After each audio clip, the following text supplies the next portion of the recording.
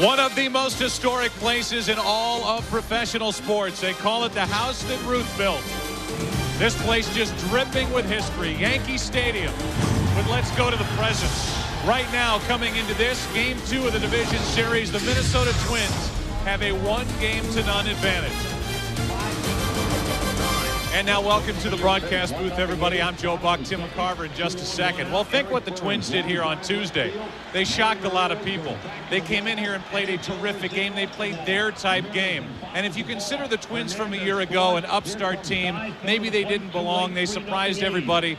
Forget that. This is a very good, young, talented team. And they come into this game, Tim McCarver, with an awful lot of confidence after what happened here Tuesday afternoon. Well, rarely do you see a team come in for their first postseason game with the confidence that the Twins exuded the other day, forcing the Yankees to play their worst postseason game under Joe Torre.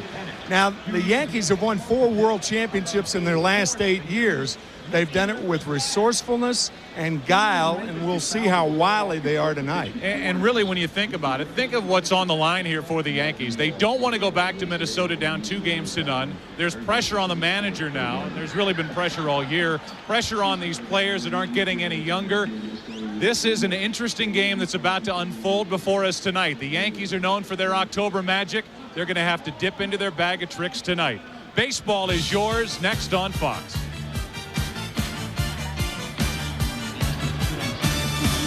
You have to learn to pace yourself.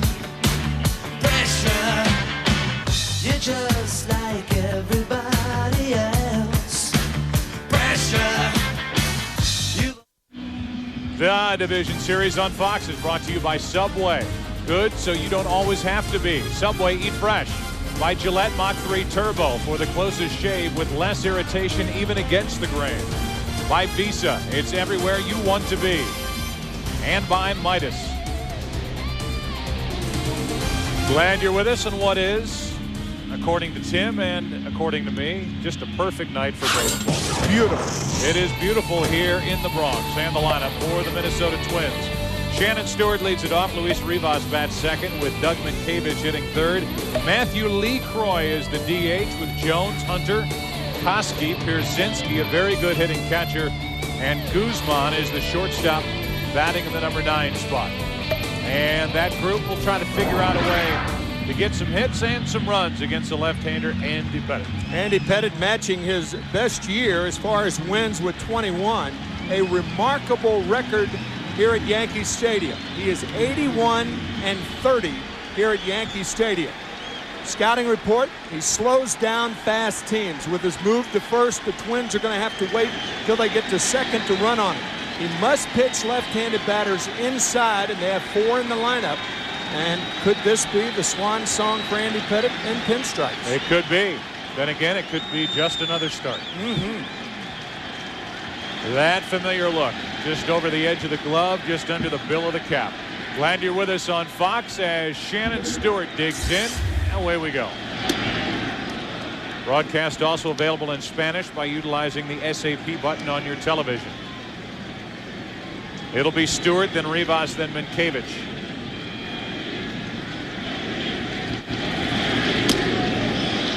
A little excited, 2-0. I think that's the reason. Usually when a pitcher is excited in postseason, the pitches are high. Both fastballs up around the shoulders.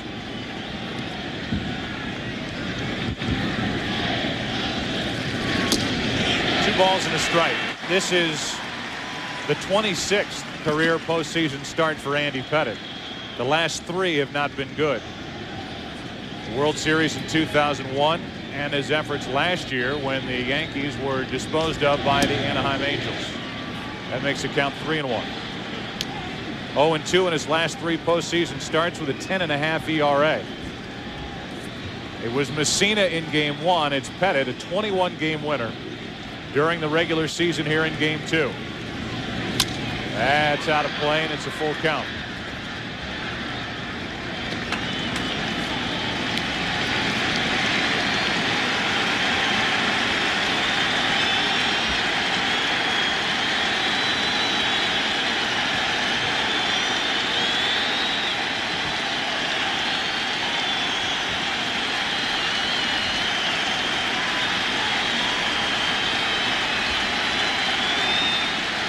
Shannon Stewart on 3-2.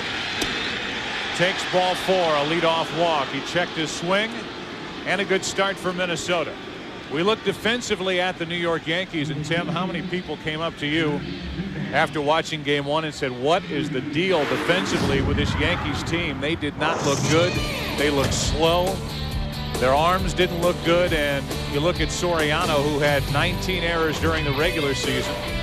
He had 1 in game 1 of this division series. They looked sloppy and plotting in game 1. And speaking of plotting, I think there will be a bunt here with Rivas, even though it's the first inning. Pettit, by going to first base, is trying to get Rivas to square around or commit too early. Trying to get an early lead for Brad Radke. Andy Pettit, the Yankees won 17 of his last 20 starts. Radke on the other side won his last 6 decisions coming into the postseason. No sign of a bunt. Strike 1 at the knees from Pettit. Rivas did sacrifice when Stewart led off Tuesday's game with a double. So with the count in Pettit's favor, we'll see what Ron Gardenhire does. This is a lineup for Minnesota that is left-handed heavy. And when asked about it before the game, Gardenhire said, they're our best players. What can I do? Down and in that nasty pitch. Rivas went. It's 0-2. That was that cutter that right-handers hitters will be given a steady diet of tonight. It is very difficult to check your swing on the cutter out of the strike zone.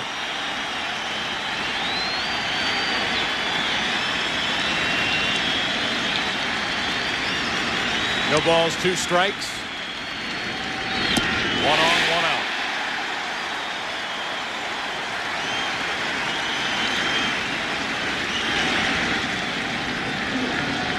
Cutter.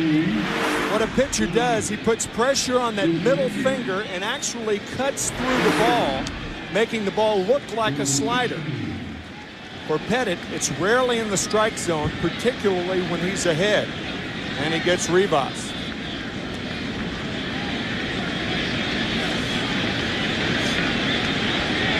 You and I have been sitting in these seats in this booth in October since 1996 rolled in. And we've been here seemingly year after year after year. Minkevich takes ball 1. I get the feeling, and you and I haven't talked about it, this 2003 October feels different than any of the other under Joe Torre. You get the feeling that this run by the Yankees is going to change dramatically after this season. The cast of players, maybe even the manager, the starting rotation, question marks all over the place. The bullpen, they never really filled that void with the left-handed setup reliever to get to Rivera. There are a lot of moving parts, or parts that are about to be moved here with the Yankees, and this could be one final burst for this group the way we know them here in 2003. And here they are, down 1-0 to the Minnesota Twins, and quite frankly on Tuesday the Twins look like the better team. 1 ball, 1 strike, and a check on the runner, Shannon Stewart. So many questions about Joe Torre. We talked about that during the season. Pressure on him from George Steinbrenner. Even with the 4 world championships, as he works in his 8th year. We always talk about that pickoff move that Andy Pettit possesses. There's nobody better in the game at that.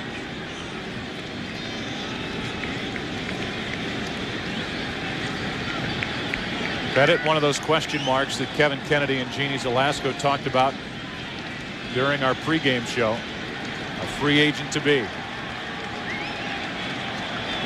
A 1-1. 1 ball, 2 strikes.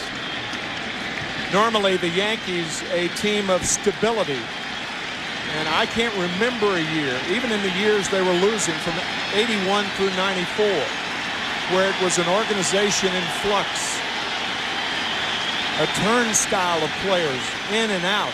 19 different relievers used by the Yankees this year.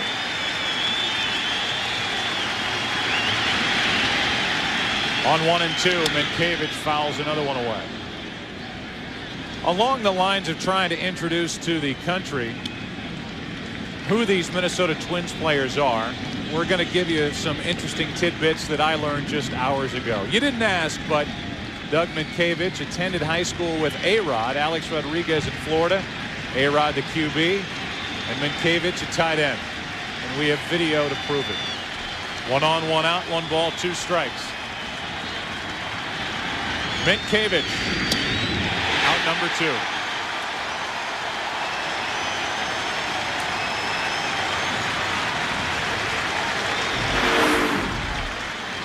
That was a slider. Now it's different from a cutter. Cutter's thrown a little harder, and with the slider, Pettit has a tendency to throw it up in the strike zone a little more, just catching the front corner to Minkiewicz, who rarely strikes out. Here's Lee Croy. 287 average during the regular season. Now he is the other catcher on the roster for Ron Gardenhire, the Twins manager. That's back to Pettit. And after a leadoff walk, Pettit takes care of the rest. Yankees coming up, bottom of the first, down 1 game to none. No score. Brad Radke features a changeup, and he takes on this lineup for the New York Yankees. A little different than game 1. Soriano leads off at second base. Derek Jeter, and then Giambi, the DH, bothered by a bad left knee. Bernie Williams cleans up. Jorge Posada bats 5th. Hideki Matsui in left, hitting 6th.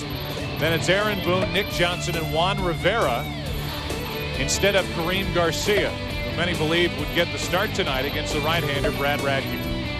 Joe, in our opening, we used the word guile concerning the Yankees over the last 8 years. I think you can use that word concerning Brad Radke also. 14-10. He won his last 6 decisions of the season. He had a horrible first half, but he is not a hard thrower. Contrary to Pettit, he has to hit his spots with a great changeup. Soriano up there hacking strike 1, and it's really an interesting matchup because Radke will tell you the bigger the hitter, the softer he'll go. Right. And typically in years past, the Yankees have been a very patient team at the plate. That's why he's 3-9 lifetime against this Yankee group. But the Yankees have to fight what is kind of a desperation feel in this game and let Radke come to them as opposed to going out and trying to pound these pitches, because that plays right into his hands. Yeah, if you become anxious as a hitter versus Radke, that's exactly what he wants you to do. Become anxious as a hitter, you stride too far and the changeup gets you. He's as effective against left-handed hitters as he is against right-handers. 8th round pick back in '91, came up in '95. He's been with the Twins through some bad years. And Soriano leads off with a hit.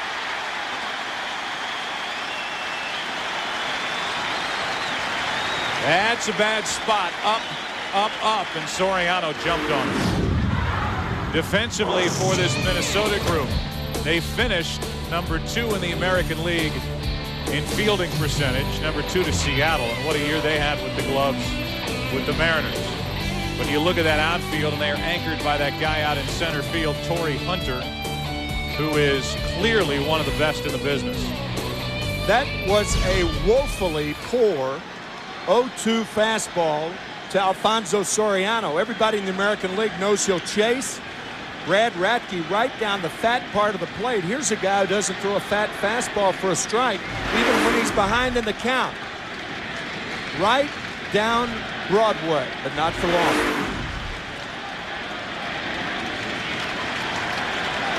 Jeffrey Mayer lost his history homework out in right field, so he had a little delay while they chased it down. Soriano takes his lead and he goes. That didn't take long. Hit and run, and Jeter fouled it away. Talk about the Twins, and their game is to get on base and press it, make things happen. Soriano, 4th in the league with those 35 steals. Wasn't waiting around too long either. There are so many things that Joe Torre can do with the tandem of Derek Jeter and Alfonso Soriano. You can hit and run as they tried there. You can use a straight steal and then have Jeter get him over his natural strokes to right field. He may be running again. Starts and stops, and Pierzynski pops up. 1 ball, 1 strike on Jeter. Pierzynski behind the plate has a slightly above average throwing arm. And when we talked to Joe Torre before the game, he implied that the Yankees were going to be very aggressive on the bases tonight. It's not very nice. Slightly above average. Well, slightly above average. Posada's got a strong throwing arm, but A.J. Pierzynski is slightly above average. He has a quick grip. Yeah, he has like a quick C. Like a C. Like a C plus. C plus. C, B minus to C plus. That'll get you 27%. Yeah, about right. Average must be 26.5. Slightly above average. 2 balls and a strike on Jeter.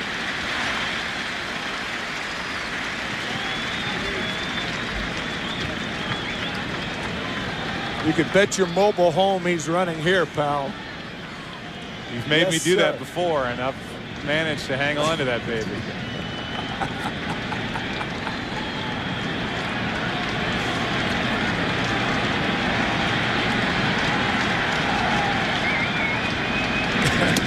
Well, Trailer for sale or rent. Rooms to let, 50 cents. I've lost it. And girls, back up. 2-2 on number 2. Out another mobile home. Soriano at first with nobody out. Radke skips it over to Minkiewicz. One thing the Minnesota Twins can do, they can catch the ball on the infield and in the outfield. Perhaps the best defense in baseball. Way above average. Way above average. Speed in the outfield, sure-handedness on the infield. This crowd wants to see action. They don't want to see throws over to first. Radke trying to keep Soriano close. Giambi will follow Jeter, and then Bernie Williams.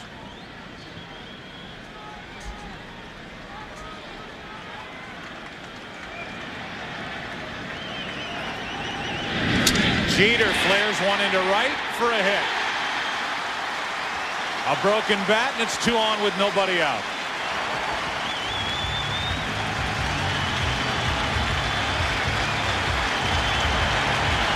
Derek Jeter gets a lot of hits like this. He is deceptively strong, so the ball in off the plate on the hands, he breaks the bat, but just lifts it over the outstretched arm of Rivas. I was interested in Kevin Kennedy's analogy, and I thought he was right on about Jason Giambi not being able to get around on that high fastball. The reason that I think Giambi is going to hit the ball hard tonight is that Radke doesn't have the high fastball. He has to keep the ball down to be effective, and he doesn't throw hard enough to tie up Giambi, and that's where you have to pitch it, inside. Big RBI opportunity for Giambi, who had a rough game 1, and he takes a strike on the inside corner. They were booing Giambi here.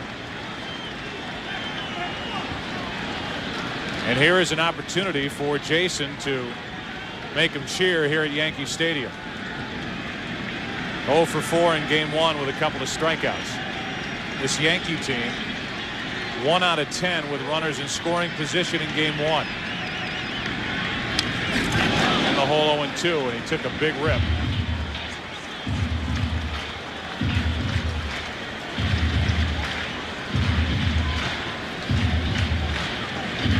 The sequence of pitches were interesting for Pierzynski. He went wiggle, pinky, and that's a fastball inside, with several other sequences after that. So if you're on second base, it's probably, if it is the second sign, he'll come back inside. Giambi with a base hit to right. Not hard hit, well placed, and they'll hold Soriano at third. And with nobody out, it looks like the right decision by Willie Randolph.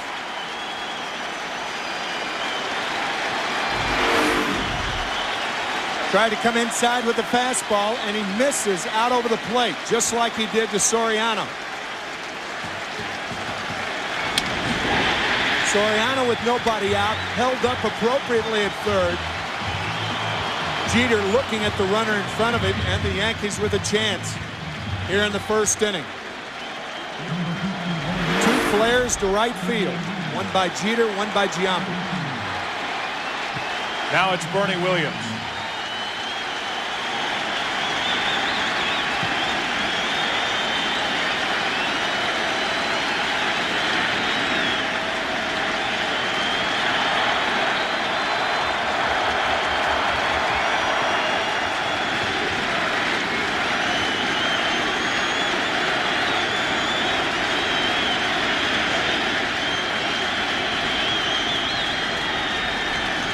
They were booing him on Tuesday, and they're chanting his first name on Thursday.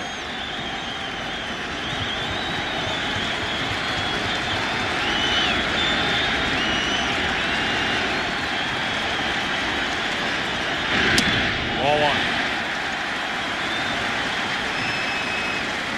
What we're doing is one of the big reasons that the Boston Red Sox were asked to remove the monitor from their bullpen.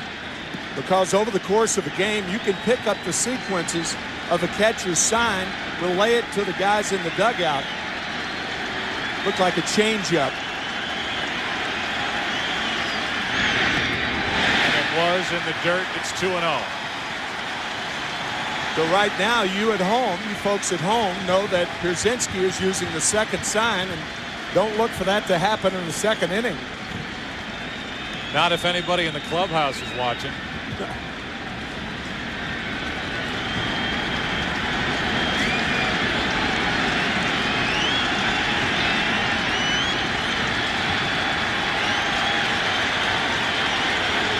Fastball away.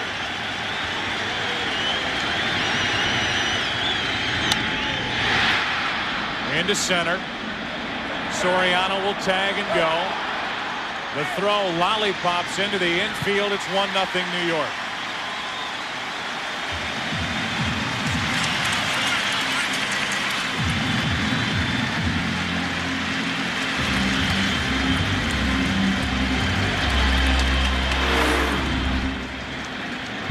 And in a big sense, Bernie Williams does what the Twins want him to do. Because with the bases loaded, nobody out, if you can keep the runners at first and second there, you're giving up the run at third anyway. So a sac fly with the bases loaded, nobody out, isn't the worst thing that could happen to a defense or to a pitcher. The bench for the Twins is trying to get Pierzynski's attention. I don't know if they're going to appeal at third. Third baseman Koski is near the bag. But whatever it wasn't that. As now with 2 on 1 out, here's Jorge Posada. Good pitch down and away, strike one. Posada hitless in game 1 on Tuesday afternoon.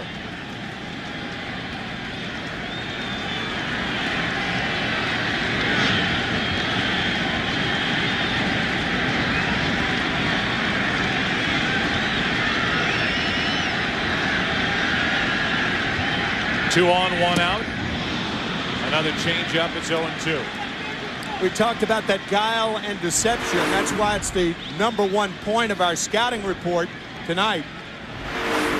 Brad Radke, he's a lane changer. He's got to be fine inside and outside. The outside corner, inside corner. And what Posada has seen has been that devastating changeup. May see it again. 3 consecutive pitches that were 79 miles per hour. 3 changeups in a row, and it's 1-2.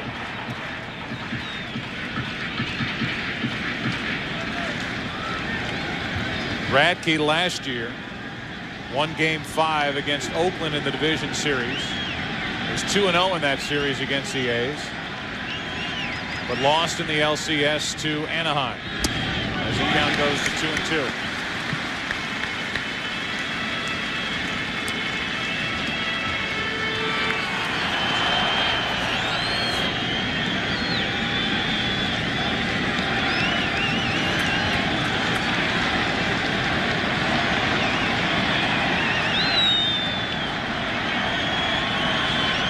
Chance for a big first inning. Jeter stealing third.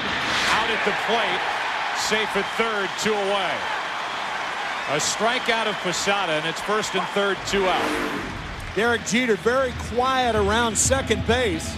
Timing, and he finally runs on the right pitch. A low changeup that gets Posada.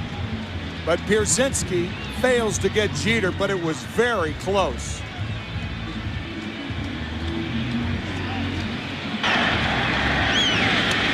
See, when you're the trail runner with runners on at first and second, you're not compelled to run because you don't have, understandably, the jump that the guy on second has. Really looked like Jeter's left hand came in and hit the left leg of Koski at third, and Jeter didn't get to the bag. Now where's the right hand? Know that he got to the bag. Called safe, and it's first and third, 2 out as Posada struck out. And here is Matsui, who tied for 10th in the AL with those 106 RBIs. That's a fair point, Joe, because unless that left hand went to the inside of the right knee, I'm not too sure he did get to the bag. One more look. Of course, you run the risk, left knee, I should say, you run the risk of a runner not going in hands first. But the left hand does touch the left knee of Corey Koski. Now when he makes the tag, did the left hand scoot in there? I don't know. It's very close. No balls, 2 strikes on Matsui. A very good hitter on changeups, and a fastball gets him upstairs. And after all that, 3 consecutive hits, the Yankees come up with only 1. Headed back to work here in the Bronx. Well, there's no doubt Andy Pettitte was sitting there thinking, my guys just put their first 3 on. Bernie Williams coming up. I'm going to have a little breathing room here early tonight. He gets only 1. He gets a gift strike on that first pitch to Jock Jones with Torrey Hunter and Corey Koski to follow for the Twins, who are down by 1. 0-1 pitch from Pettitte. 1 ball, 1 strike. Another one. You didn't ask, but Jock Jones' mother became friends with Tony Gwynn while working at Kentucky Fried Chicken near Gwynn's house in San Diego. And then Jock got the opportunity to work out with Tony Gwynn. This will work off some chicken. Backing up, moving around. And Andy Pettitte finally tags out Jones, and the faithful here at Yankee Stadium didn't like this too much. Are you serious? He's messing around. He's out anyway. Why not have a little fun? That's right. Get your running in. With 1 out, nobody on, Hunter fouls it out of play off to the right. How good is this guy in center field? And everything about him is electric. He's got a great smile. He's a guy that really well spoken, and he's been a guy that's anchored center field. We all remember that catch he made in the All-Star game 2 years ago in Milwaukee. Can't remember who won that game. There's a ground ball to short. Jeter to his left. 2 up, 2 down.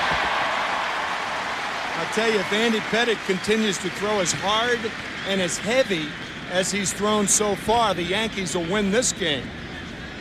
I don't think, as far as those two things, hard and heavy, he's already broken 3 bats. He has 2 strikeouts. This is an uncharacteristic game for Pettitte so far because he's very, very strong tonight. The pride of Enola, Manitoba, takes a breaking ball for a strike. And his entry in high school yearbook known as the Doctor of Style. So the good doctor waits for an 0-1 pitch with 2 out, nobody on, and he gets a good rip. 0-2. Enola, Manitoba has 14 houses in the town. There's 1 restaurant, little cafe, and that's where Corey Koski learned his baseball and his hockey. Long, long winters in Enola. On 0-2. Koski takes the ball. Favorite hometown restaurant, AJ's Country Kitchen. And in case you're interested, for reservations, call 204-866-4266. That is the number, 204-866-4266. It is listed, by the way. With 2 out, nobody on, the 1-2 pitch. You know it's a small town where when you ask Corey Koski how many people are in your hometown, he starts to count. Let's see. The Johnsons live at the end of the block. They have 5 people in their house. It's the way you used to get the attendance in Montreal. Tonight's attendance, 1, 2, 3, 4, 5, 6, 7. With 2 out, nobody on, a 1-2 pitch from Pettit.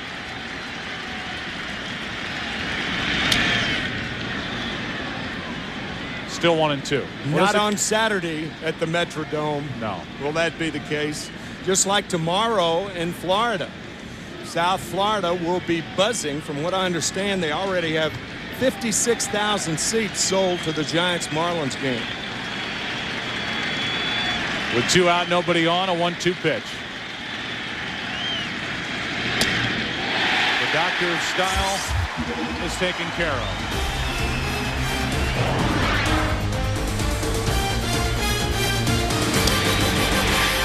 Andy Pettit doing his part. 1-0 New York. The Division Series on Fox is brought to you by Volkswagen. On the road of life, there are passengers and there are drivers. By Radio, starring Cuba Gooding Jr. and Ed Harris in theaters October 24th, rated PG. By Staples, that was easy. And by Sprint, proudly offering picture mail and PCS Vision picture phones. First up, Aaron Boone. He leads it off for the Yankees. That's what he did during the regular season between Cincinnati and New York. Aaron looks back at the home plate umpire. He goes by the name of Ted Barrett and says, no, Ted. That was not a strike. But officially it is, and the count 1 ball, 1 strike. Broken bat, 1 out. Our Sprint virtual manager question, which town, all right, yeah, you can see me read a card. Which town would be the most heartbroken should its team lose in the Division Series? Boston, Chicago, New York, Atlanta. Or Enola. Enola, Manitoba. Or Enola. Now, you can use your PCS Vision phone from Sprint. You can log on to foxsports.com, and I think it's only right that since we gave the number, we call AJ's Country Kitchen in Enola, Manitoba. Absolutely. So I'll do that as we play here in the bottom of the second. That floater is on the outside corner for a strike to Nick Johnson. I'm going to need the phone number, though. 204-866. Yes. 4266. 4266. Yeah, that's it. You've never done this before on television, have you? No, nor will we do it again. Still busy. Of course it's busy. There's a strike, 1 ball, 2 strikes on Nick Johnson. Nick missed 61 games this season. I've lost you for the rest of the inning. You have. A 1-2 from Radke. Tied him up. Did he go? No, says the third base umpire, Jim Joyce.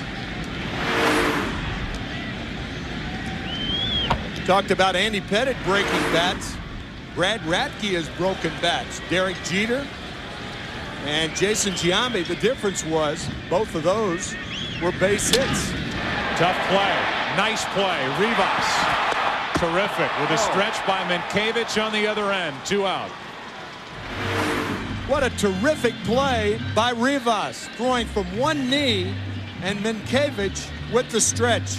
Look at the size of the glove by Rivas. They give away bigger gloves on glove day at the ballpark. Little toy draping off his left hand.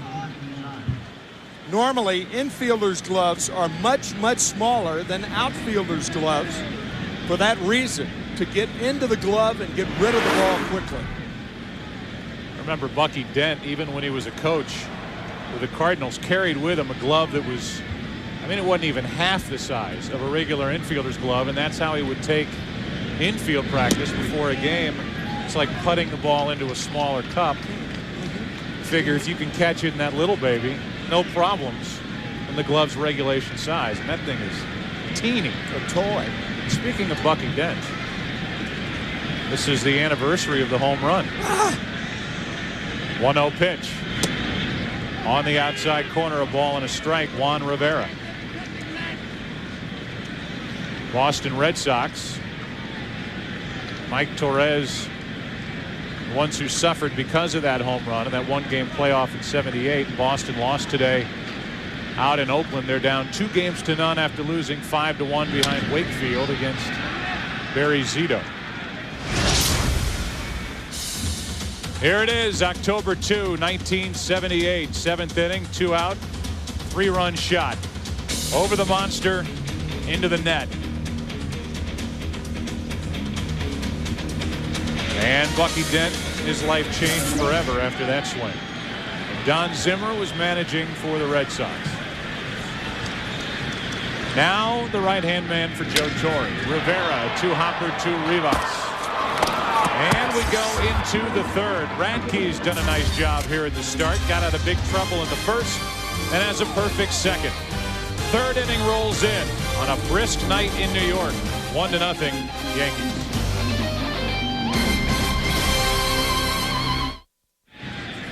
One to nothing, the Yankees on top, and it'll be Pierzynski, then Guzman, then Shannon Stewart. 8-9-1 for Minnesota.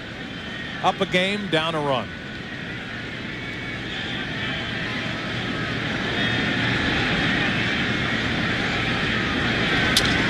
One pitch, 2 hops, 1 out. 9:01 on the scoreboard clock here at Yankee Stadium. See it way off in the distance there. You are watching Fox. I am Joe. You'll hear Tim in moments. I don't know what he's going to say, but it'll be great. I know that. Michael Weissman is our producer. Billy Webb is our director, with hundreds of people running around propping us all up to make us look good. Christian Guzman, former Yankee, digs his way in, a Yankee farmhand and a guy who has turned into one of the best all-around shortstops in the game with the Twins. With 1 out, Guzman takes strike 1. Yeah, the Twins had to play that wait-and-see game as far as prospects were concerned. Guzman, Eric Milton, and 2 others going to the Minnesota Twins for Chuck Knobloch back in 1998. Milton injured for a good portion of the season, really pitching well down the stretch. But the Twins will go with Loesch in Game 3 against Roger Clemens. That'll be on Saturday. This crowd wants to see strikeout number 4.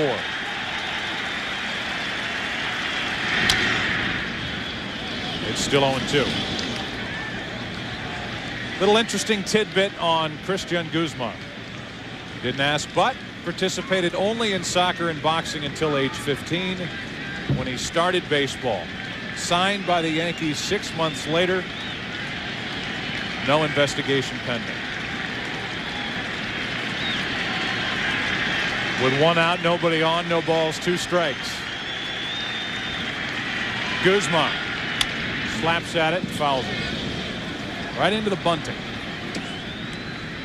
You can tell by the swings the Twins are taking, they haven't gotten the ball out of the infield yet. 2 strikeouts and 5 ground outs. Guzman hit it off the end of the bat, foul down the third baseline, and now off the handle foul toward the Yankee dugout. How can the Yankees even entertain the idea of not making all the possible efforts to sign Andy Pettitte? They can't, and I don't think they will. I think they have got to sign Andy Pettitte. If Wells is finished after this year, he may move on. You don't have a left-hander. You got a guy that's won 21 games this season. Posada could not hang on. It's still 0-2 on Guzman. And you've got to have a good left-handed starter in this ballpark because of the 314 porch down the right field line. His buddy Roger Clemens is retiring after this year. And unless the Yankees can coerce, the Yankees and Brian Cashman, their GM, can coerce Clemens to play another year, to pitch another year. On the outside corner, a wide strike, 2 out. That was a very smart pitch and call by Posada. They're going in, and now the backdoor slider gets Guzman. Gillette Mach 3 Turbo reminds fans that the winner of a VIP trip to the 2003 World Series in the Get Closest to the Game sweepstakes is still out there. So visit participating retailers and look for specially marked packs for your chance to win. With 2 out, nobody on, here is Shannon Stewart. Walked his first time and then didn't move. Rivas struck out, Minkiewicz struck out, and LeCroy bounced back to Pettit. Stewart is the one guy that dominates Andy Pettit. The second highest active batting average against Pettit, 444. 24 for 54. Into center field, and there's a base hit. On base twice against a guy he has hit well. Look at Shannon Stewart and what he has meant to this Minnesota Twins team since he came over from Toronto.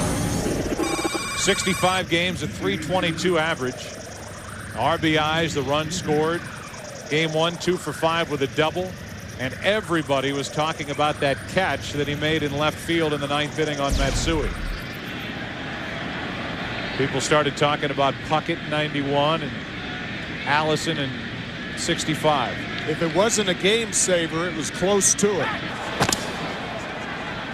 A check on Stewart with Rivas at the plate. You wonder about Pettit and the state of Texas. He's from there. Houston didn't add anybody significant down the stretch. You wonder how much money they're willing to spend on a free agent deal for a guy like Pettit. And then there's the Texas Rangers, and they're trying to figure out which way's up. I don't think money's going to be the issue. I think placement is. If Andy wants to go back and spend more time with his 3 children, I think he'll sign with the Texas team. Otherwise, the Yankees will blow, you know, the Rangers and the Astros right out of the water as far as money's concerned. That gets away, and the tying run will go down to second. Stewart down there on a pitch that got away, and Posada didn't look like got down and blocked it. It's a ball that may have hit the dirt, but it's a ball that's got to be handled and wasn't handled because of the way Posada went about it. They have all the respect in the world for Jorge Posada. He caught 142 games this year, but he gets careless behind the plate, and he tries to reach for a lot of balls instead of going down on the ball and blocking it like you should. That ball jettisoned off the heel of the glove, and it's a wild pitch, but a ball that should have been handled. And so now a hit away from a tie are the Twins, and it's Rivas with a 1-ball, 1-strike count. Now 1-2. Just a final note on Pettit. From what you read, George Steinbrenner has never been totally sold on Andy Pettit. You remember a couple of years ago, he was pushing for a deal, and it was the baseball people with the Yankees, notably Torrey and Stoudemire, that said, whoa, right, you cannot give up on Andy Pettit. Well, who knows if Torrey and Stoudemire are going to be around here next year. Runner at second, 2 out, 1 ball, 2 strikes on Rivas.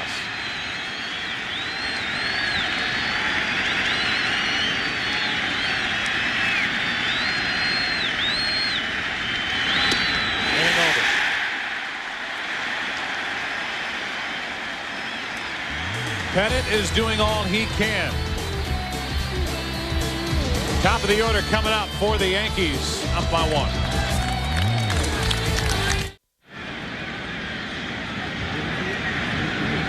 Alfonso Soriano first up, top of the order for the Yankees. Soriano, Jeter, and Giambi. 1-0 New York on a sac fly by Bernie Williams in the first. Brad Radke really did a great job to limit the damage in the first inning and had a perfect second. He starts out the third by jamming Soriano for out number 1. Play Hit the Pros presented by Chevy Silverado, and face real pitches from today's best hurlers. Log on to foxsports.com, keyword games, Chevy Silverado. It's the right truck. With 1 out, here comes Jeter. Joe, think about the pitching performance thus far. We're not through 3 innings. However, there's been 1 ball hit hard. 1. And that was the 0-2 pitch that Soriano hit to left field. There were 2 flares by Jeter and Giambi, then a flare by Shannon Stewart. All the other balls, toppers and jam shots. How about Jeter in the postseason? He did get that flare hit in the first inning.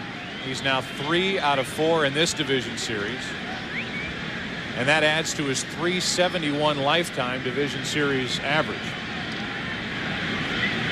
Well over 300 in the postseason, and he hits this one to deep center, but it hangs up for Torrey Hunter. 2 out. That brings in Giambi, who singled but is in the category of struggling. Here's his manager, Joe Torre, about that. When you try a little bit too hard, when you try to do too much, it takes its toll on you. And I sense that, first off, Jason's a very proud individual, and he's here to help this ball club. He sits in the middle of our batting order, and I think he's just pressing a little bit. And the only thing I can do for him is go talk to him, pat him on the rear end, and write his name in the lineup, and which is going to happen. And it happened tonight. Batting third, the DH singled his first time, and he takes a strike over the outside corner. We can tell already that Ted Barrett is going to give these pitchers the sides, and the sides extended to the strike zone. Change up from Radke, and it's 0-2. There are very few pitchers in the major leagues who can get by with 2 pitches. Pardon me. Brad Radke's one of them. He doesn't throw a breaking ball. He might throw 3 a game that he wastes. Fastball inside, outside, and changeup. 1-2. I don't know of any other pitcher in the major leagues who gets by with 2 pitches. Well, you're talking, we've seen basically an 11-mile-per-hour difference between the fastball and the changeup. As Giambi's off balance, reaching for it, and hits a changeup off the end of the bat into right for the final out of the third inning. Radke rolling. Giambi 1 for 2 tonight. We go to the fourth. 1-0 New York. The division series on Fox is brought to you by Chevy Silverado. It's the right truck. By Allstate. You're in good hands with Allstate. By McDonald's. And by MasterCard. There are some things money can't buy. For everything else, there's MasterCard. Well, the 2 starters tonight.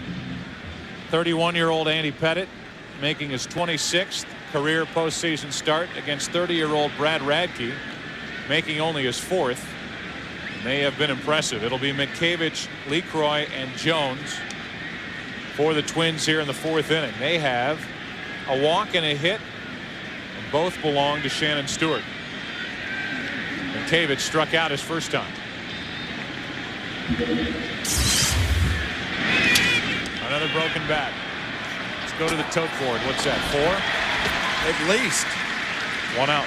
I think 4 for the Twins, 3 for the Yankees. Giambi broke his bat on that little looper to right field. That location. You remember in our scouting report we talked about Andy Pettitte having to come inside on left-handed batters tonight.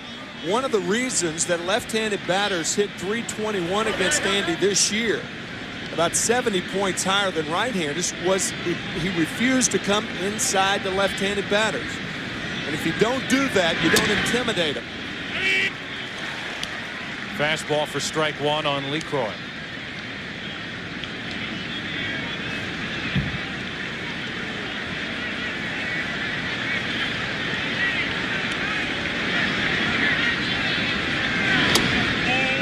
Too far inside. 1 ball, 1 strike. He didn't ask, but his teammates have nicknamed him Big Country, which, by the way, is the name of my favorite band. With 1 out, nobody on, 1 ball, 1 strike. Pettitte misses outside, 2-1. Matthew from South Carolina, and one of his favorite expressions is foot. Foot. F-O-O-T. F-O-O-T. It's kind of a catch-all word. Yeah. Kind of like gall darn, like Grady Little says all the time. Gall darn it. Doesn't like to curse. No. Right. But he uses that word foot. Yeah. 2 balls, 2 strikes. Pettitte has struck out 5.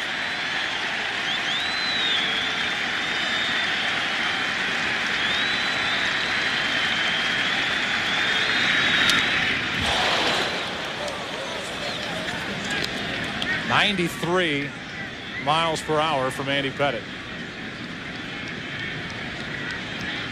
This series will shift to the Metrodome over the weekend, where the Twins are 13-3.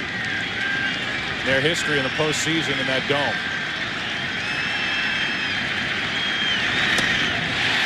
Two out. Let's head out to Los Angeles. It's a game break, and here's Jeannie Zalasko. Who had the most potent offense in the American League? That was them. Look at Oakland go. With the help of Barry Zito, the Boston offense was, foot. Virtually silenced. Hey, but Kevin Kennedy can't be contained. Back in action Saturday as the pregame show starts the march to Game 4 between the Cubs and Braves. Trip to the championship on the line. 4 Eastern, 1 Pacific. Jeannie, thanks. We're proud of you. Two out, nobody on. Here is Jock Jones, who grounded back to Pettitte his first time and then backed up, and then the crowd booed him, and then he smiled and went back to the dugout. So far, 1 out of 5 in this series.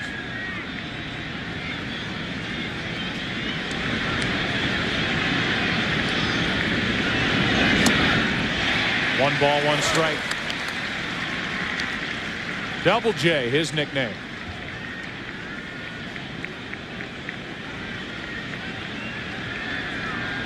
Double J, his nickname. 1 ball, 1 strike. On the outside corner, 1-2.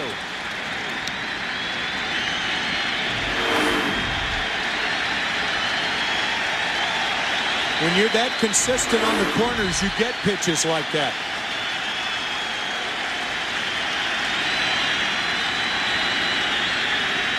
Pettitte, 2-2.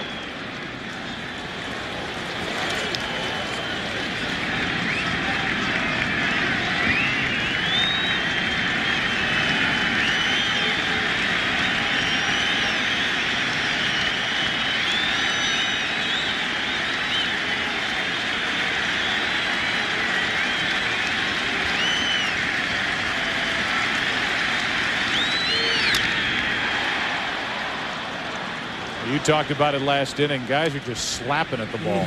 Just trying to make contact somehow. Yeah. Like Jock Jones or Double J right here.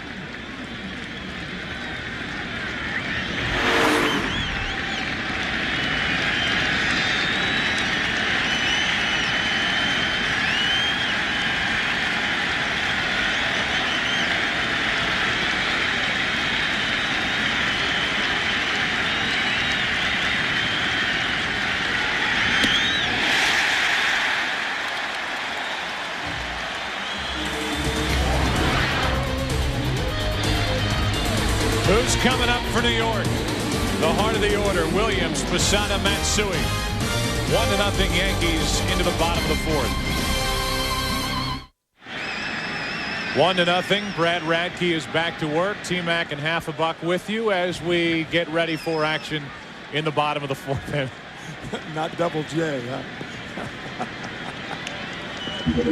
1-0. The Yankees on top. Bernie Williams first up, then Jorge Posada, then Hideki Matsui.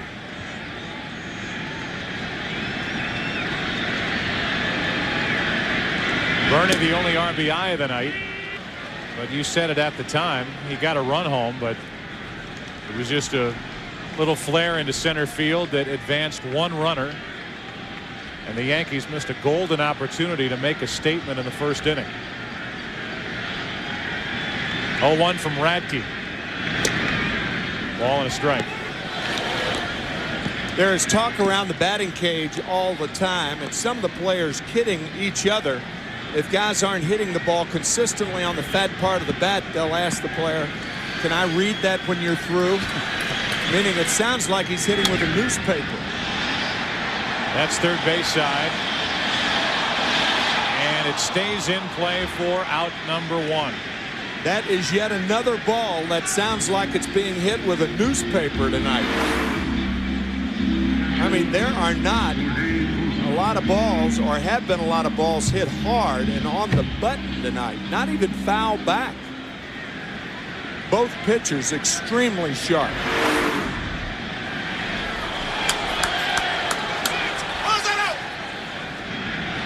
Jorge Posada struck out his first time. And as he struck out, Jeter stole third. Matsui then followed that with runners at the corners, 2 out. He struck out. One thing you know you're going to get with Radke is a guy with immaculate control. Number 2 among active pitchers in that walks per 9 innings pitched ratio. Number 1 is his teammate Reed. That is a fair ball and a double. So Posada with the first extra base hit of the night, and he's at second with 1 out. And Posada broke his bat on that hit, hitting it off the end of the bat. But it was a good piece of hitting by Posada. That ball tailing away, and he went with it, and it just stays fair by about 4 inches. Probably more doubles of that sort at this ballpark and any ballpark in the major leagues, because you have the crowd down both lines.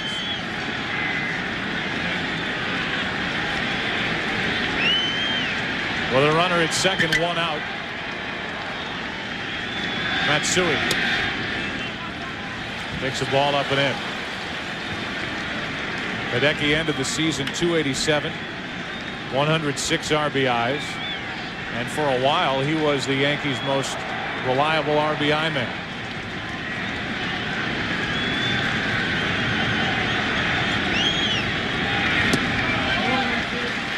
Patient with that pitch. It's 2-0. The game's coming your way tomorrow on ESPN2. The Giants at the Marlins, 4 Eastern, 1 Pacific, and on ESPN, Game 3, Pryor against Maddox at Wrigley Field. That's tomorrow night. Here's a 2-0 pitch. Matsui breaks his bat and grounds one to Rivas. 2 out.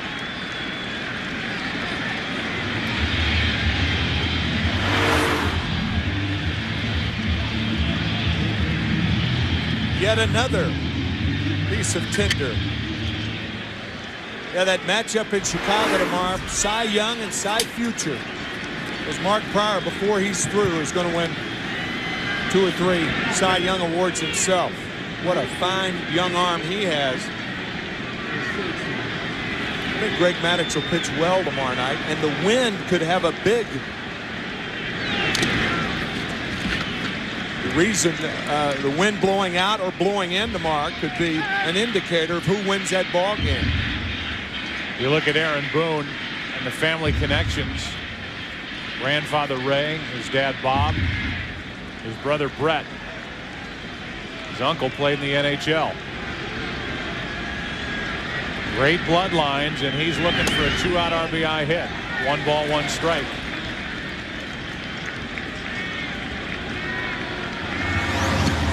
And there is that talented family. Add a day back at the vet. That's backing out of play. Strike 2 on Aaron Boone. The vet, which saw its last game at the end of the regular season last Sunday, and what an emotional moment with Steve Carlton simulating the last pitch, Mike Schmidt rounding the bases simulating a home run, and who out of the bullpen but Tug McGraw.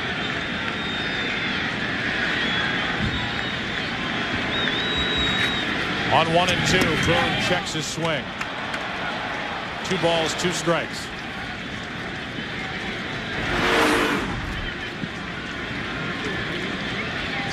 Aaron holding up on the changeup out of the strike zone.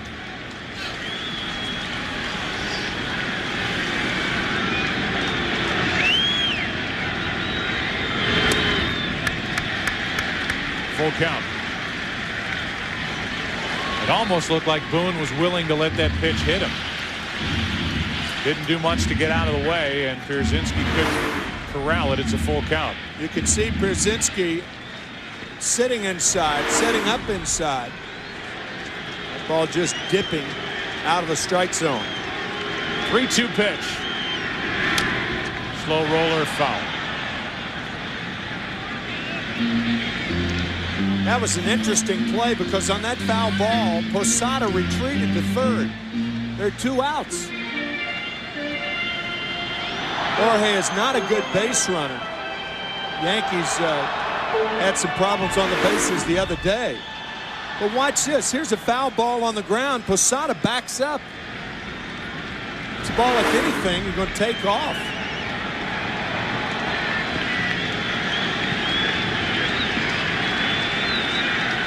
On 3-2. Boone, another squirter. Radke off the mound, and the inning is over. A one-out double by Posada. He is left on, and the Yankees have stranded 3.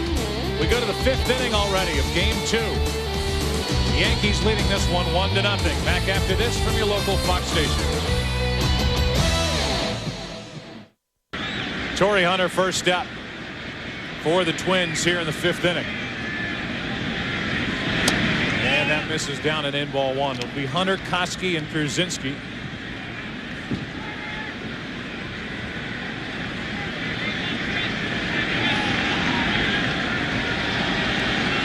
A 1-0 delivery.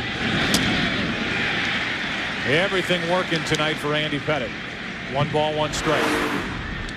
After missing with the cut fastball inside, he changes speeds on Hunter.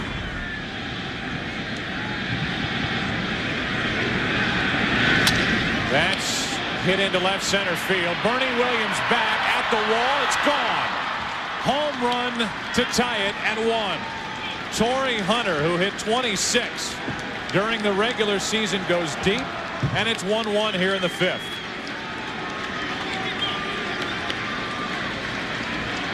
Hunter leading the Twins in home runs and RBIs, and he gets a big one here. It's a myth in baseball that every home run that's hit is a mistake. That's a myth. Good hitters hit good pitches out, but that was a mistake from Andy Pettitte. Nobody on or out, and Corey Koski at the plate. Breaking ball for a strike. This is a lollipop, and look how far he misses. Posada sitting up inside, and that ball right over the middle of the plate. On 0-1. 1 ball, 1 strike. In fairness, Joe, you know, lollipops are popped up too. But This not one was this driven. one. Oh man.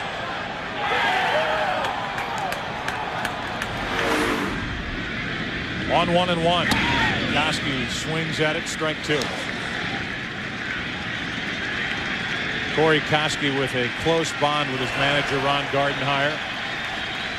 Gardenhire, who worked with him to make him a very good defensive third baseman. Batting down in the number 7 spot. Koski tried to check it. He didn't. 1 out. 8 strikeouts for Pettitte.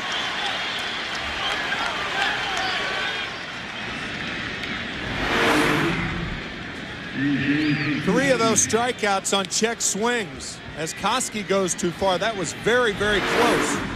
But punched out by Jim Joyce, the third base umpire. Now Pierzynski. Last 2 years combined, he's hit .306, and there aren't many catchers across baseball doing that. Pettitte hits the inside corner.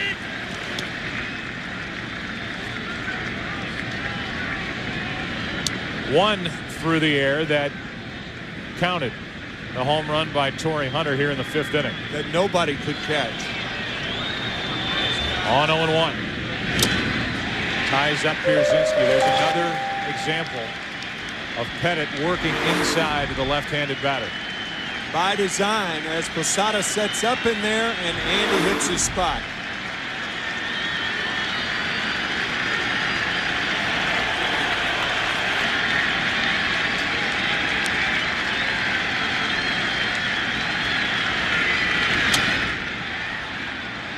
Pierzynski swung and missed, and out at first for out number 2.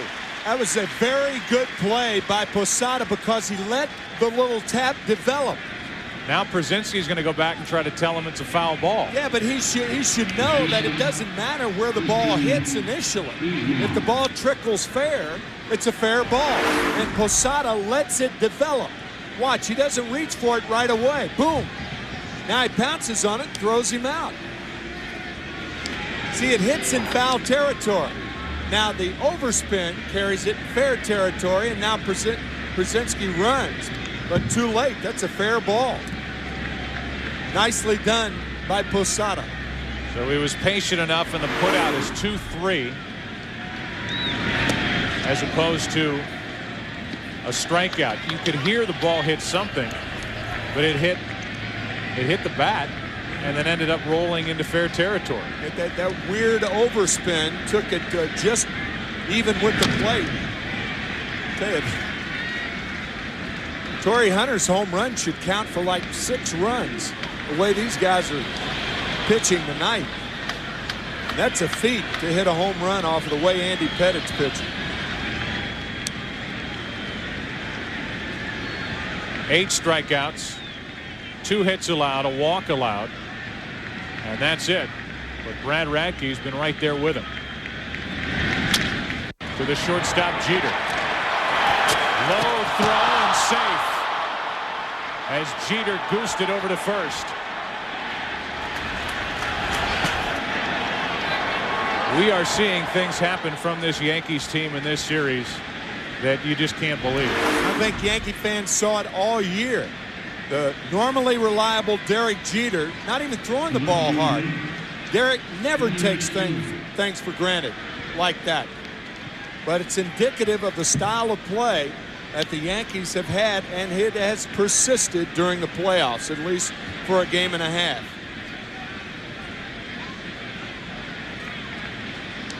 Hoping that Nick Johnson could dig it out was Jeter. He couldn't. And now it's Shannon Stewart, and this is the last guy Pettit wants to see at the plate. I mentioned .444 average in his career against this lefty Pettit, and he's walked and singled tonight.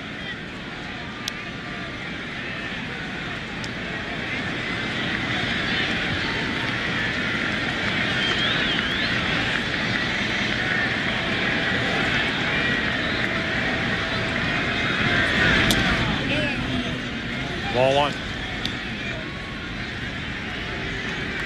Stewart with 73 RBIs on the season, and a guy that when he hits the open market, he's a free agent to be. I'm sure the Yankees will take a good long hard look at him.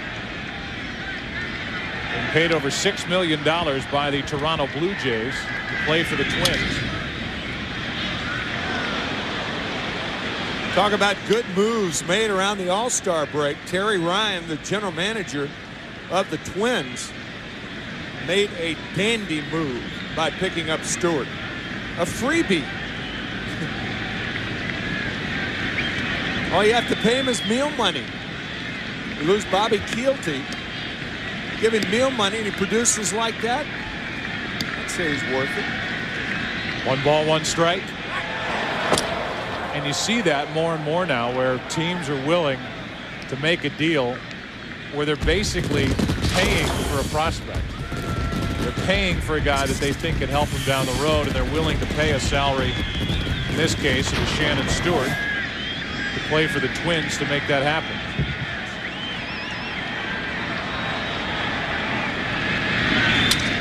To the second baseman, Soriano, and it goes past him. Over to third is Guzman, and it's first and third, 2 out, and this Yankee Stadium crowd is letting the Yankees have it again with another defensive mistake. Well, it may go as a base hit, but it's a ball that's got to be caught. There are 2 things. The ball got by Pettit, and it looked like Soriano was fooled, thinking maybe Andy had caught the ball or knocked it down. And I'm not sure about the second base umpire, but that's from game 1. The sloppy play by Soriano, and then Bernie Williams, and Soriano again. So it is a base hit, but it's a ball that clearly should have gotten the Yankees out of the inning. Whether he was deked by Pettit or just flat out didn't see it come off the bat, he got a late break on that ball and ended up just flailing at it as the inning continues for Rivas. You know, the second base umpire, where he's positioned right there, you could almost understand it. Not making excuses for Soriano, but Pettit almost catching the ball. The second base umpire almost in his way. He may have been shielded. I don't know. Down and in, ball 1 to Rivas.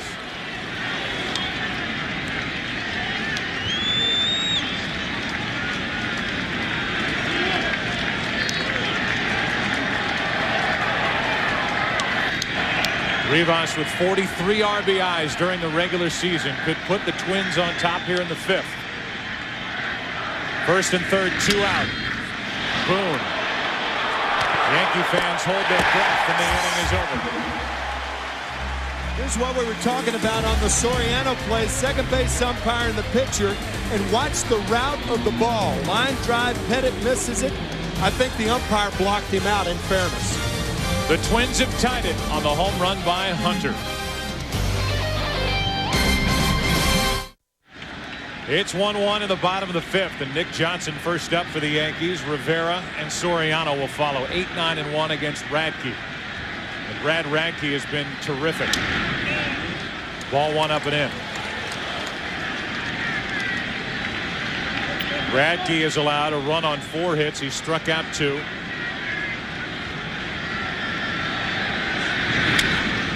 Johnson is jammed, and he pops it up for out number 1.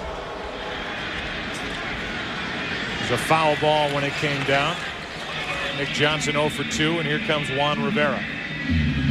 Joe Torre likes the possibilities with Juan Rivera more than he liked going with Kareem Garcia or David DeLucci.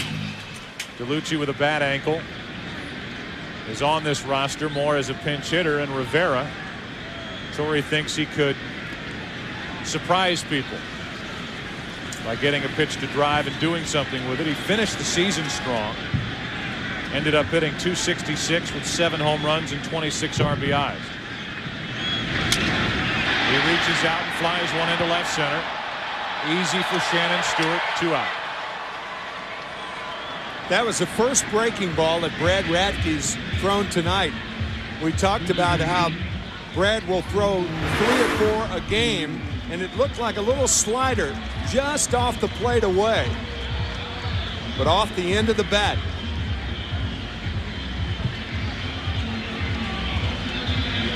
Gene Mott, who was a terrific manager and never really won the big prize, the World Series, used to say that a pitcher and a catcher, their main job is to keep the ball off the fat part of the bat, and are both pitchers doing that tonight very, very well. Soriano with a solid single to left, his first time up.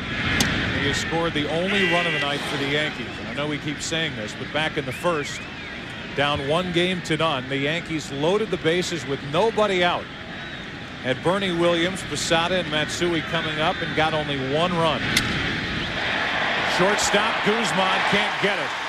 And 2 out of 3 is Soriano as he extends this 5th inning.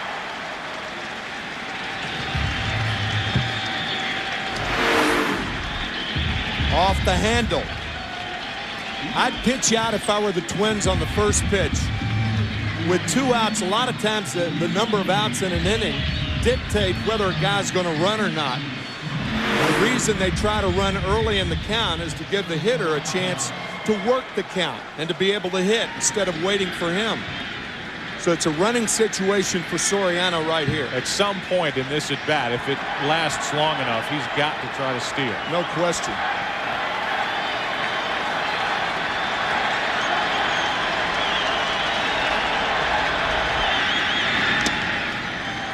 Ball 1. Thing about pitching out with Derek Jeter is Jeter's a bad ball hitter anyway, and it's very difficult to walk Derek Jeter. He's a free swinger, so you don't really suffer much by pitching out. Of course, now the count is in Jeter's favor.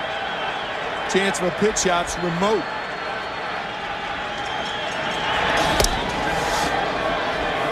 So instead, a throw over. 35 steals during the regular season. Back in the first inning after a leadoff hit. First pitch to Jeter. With nobody out of the inning, Soriano was running.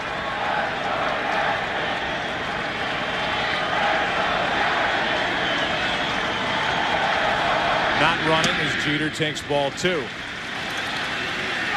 And the count even more in the favor of Jeter and Soriano. Pitch out is gone as a possibility with a count 2-0.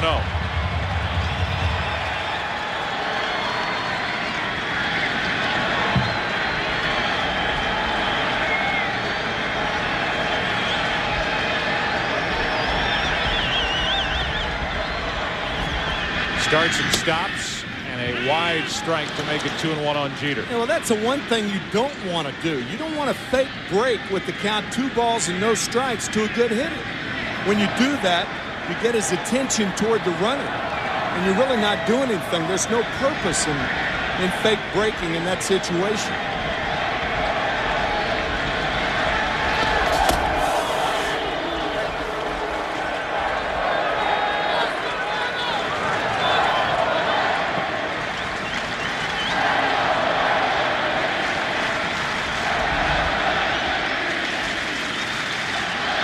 See if Soriano takes off here.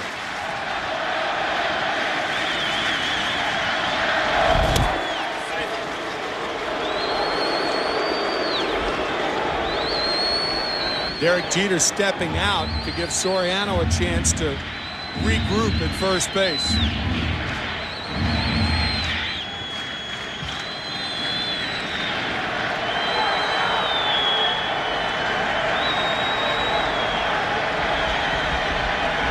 He's going. Pierzynski's through. Too late.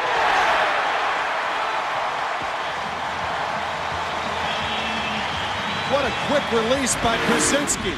Bad pitch to handle. Whenever catcher has to backhand the ball and make the throw, tough pitch to handle. I think the left hand was in when he tagged him on the left shoulder. Closer look. I don't know.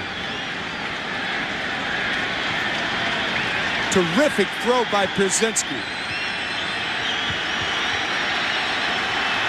He was out. Called safe. 3 balls and a strike on Jeter.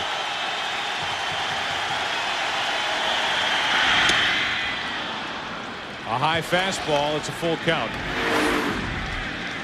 One more look. Was his left hand on the bag? No. Looked like the fingers were splayed and up.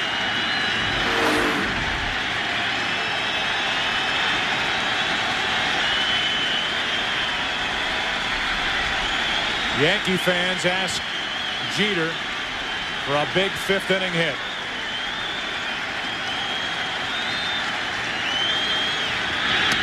Now it's up to Giambi. First walk of the night by Radke.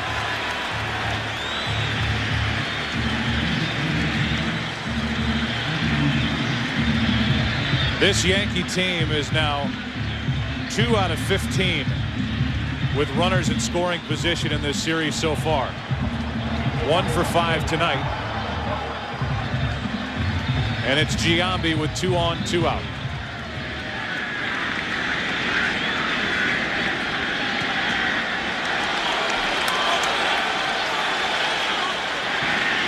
The Yankees need their big money DH to deliver here in the 5th.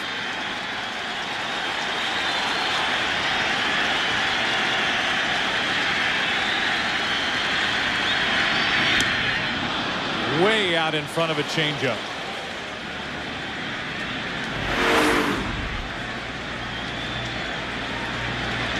The bigger the batter, the softer he throws it. The more frustrating the batter. Right. Radke trying to work his way out of trouble.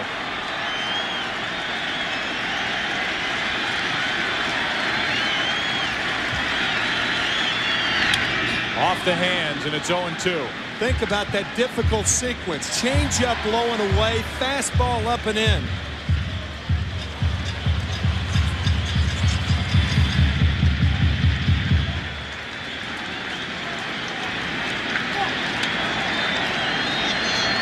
Pressure on Giambi here in the 5th inning.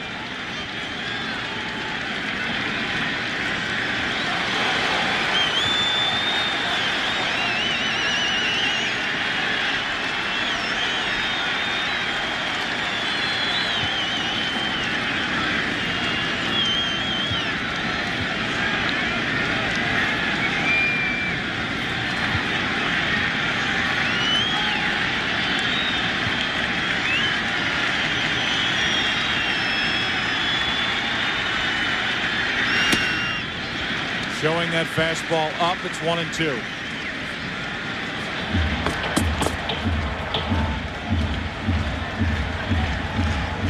Radke did not want to throw a strike with that 0-2 fastball. He may not throw one here with that changeup low and away. We'll see how they work Giambi. They've shown him those two high fastballs to work the count in their favor. Looks like a changeup low and away. Nope. Got it. High fastball, and Giambi comes up empty.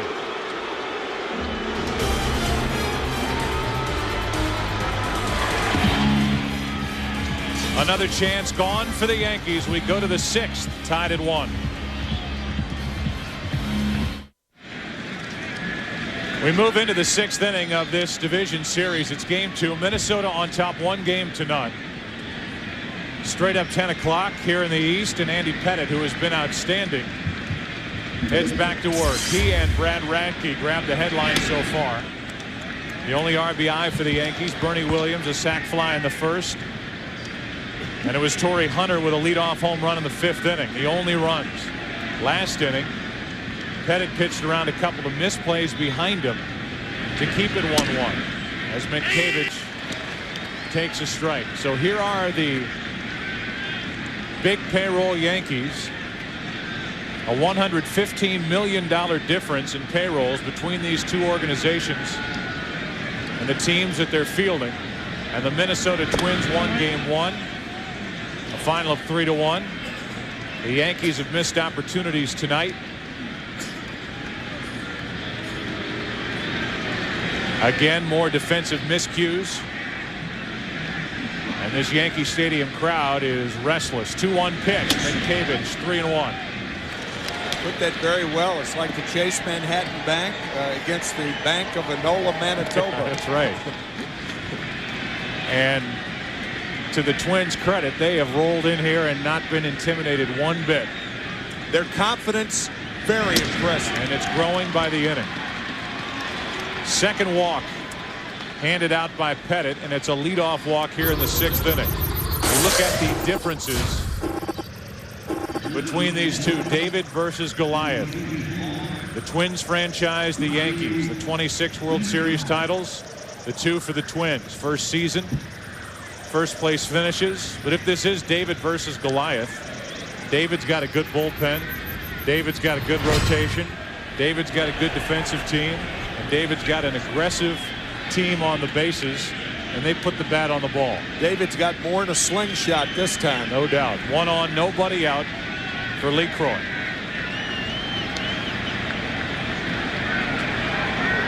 Matthew 0 for 2 as he takes a strike. And you can just feel the tension in this stadium as it is getting serious here in the 6th inning.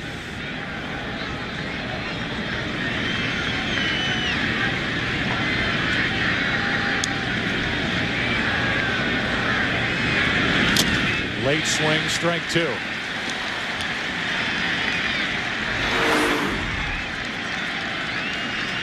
A lot of times when pitching coaches are sitting on the side, they gauge the velocity of a pitcher by the way the hitter swings. Late swings are good anytime, but particularly in the middle innings. On 0-2. Ball 1. After Lee Croy, it's Jock Jones and Torrey Hunter.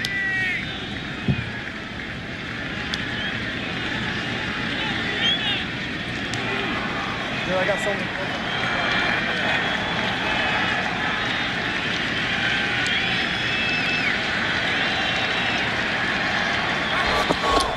Going to first, and Mientkiewicz read it easily. Yeah, Mientkiewicz is not a fast runner. There are 3 Twins who are not fast runners. Mientkiewicz, Lee Croy, and Pierzynski. All the others can run very, very well.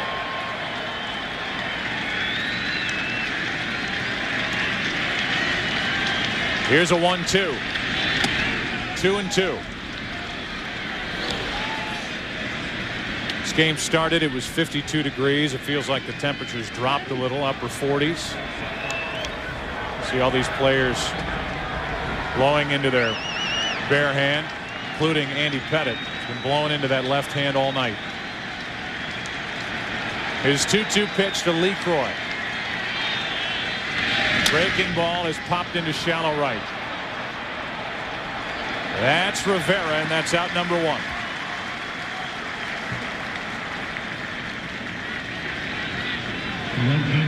That'll bring in Jock Jones, and we'll see how aggressive inside Andy Pettitte is with Jones at the plate.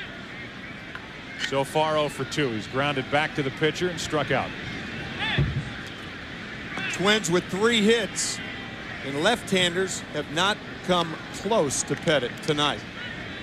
Not a hit by the 4 left-handers in the lineup so far.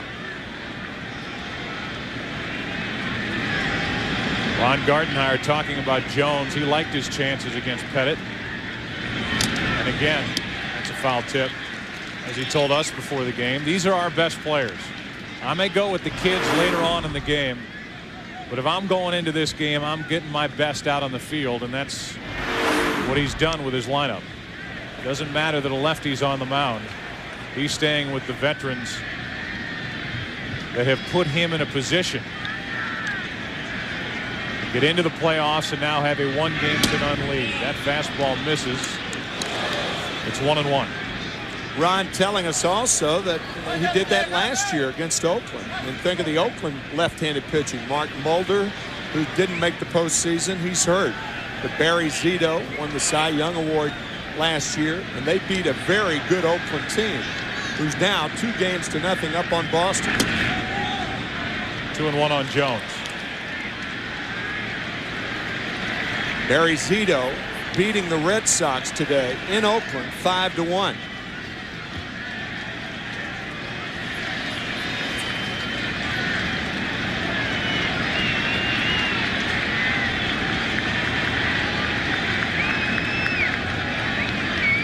On 2-1. Back to Pettitte. Knocks it down. Will fire to second. And that's the only out the Yankees can get. Doug Minkiewicz, who will head back to the dugout, is wearing a microphone for us. He was talking to Nick Johnson, the first baseman for the Yankees. He was saying, hey, Nick, Pettitte ever catch you napping over here at first?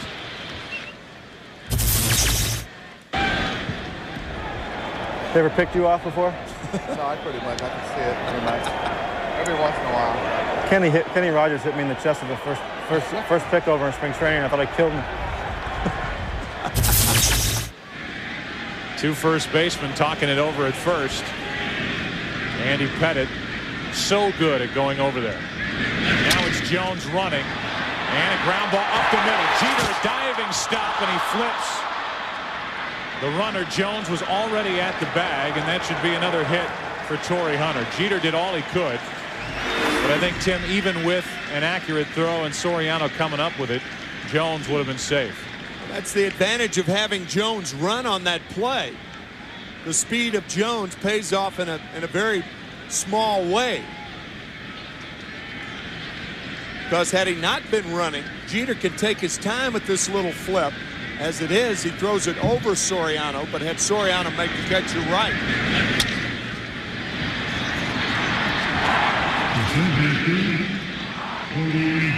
Really was aggressive base running that helped the Minnesota Twins take game 1 of this division series. The running of Guzman in particular. Going first to third on a hit to left, running on Matsui. Scoring on a shallow sac fly to center, running on Bernie Williams. Here's Koski. Ball 1. In-game box score for the Twins is brought to you by Midas, and there aren't many hits. In fact, just 2 guys. Hunter has 2 hits, including a home run, and Shannon Stewart 2 hits and a walk. 1-0 pitch. Trying to stay inside to Koski. It's 2-0. Jeter has been carrying on a conversation with Aaron Boone, the third baseman, saying, look, I'm the only guy who's going to be able to hold Jones on at second base, so cover the hole between short and third. There is a big hole for a guy who goes the other way like Koski. The 2-0 pitch. 3-0. Koski's last home run was the 5th of July.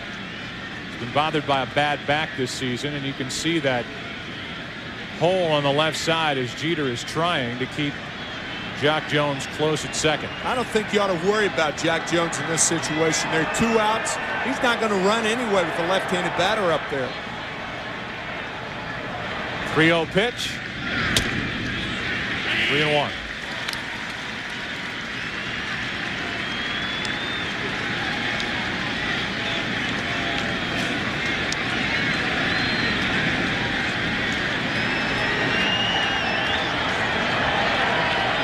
Good speed on for Minnesota. Koski drove home 69 during the regular season. Good pitch, 3-2. That was a cut fastball right on the corner. Now that gets the crowd back into it.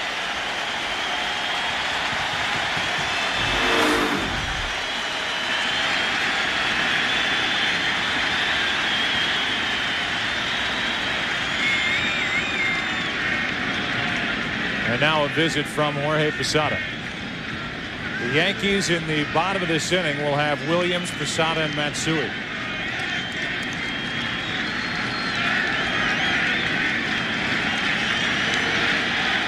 Runners will go.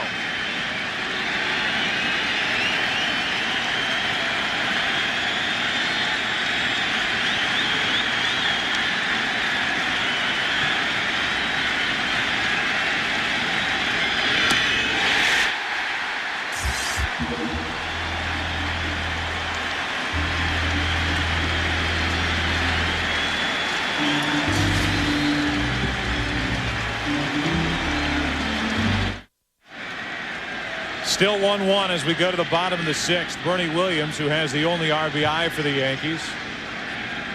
They miss Paul O'Neill in uniform with this Yankee team. What a player. No more Tino Martinez, who's now in St. Louis. Roches had a good run here. Paul O'Neill was always right in the middle of it for the Yankees. 1 ball, no strikes. Posada next. And then Matsui. Radke 3 strikeouts. None bigger than that last one. That's popped up.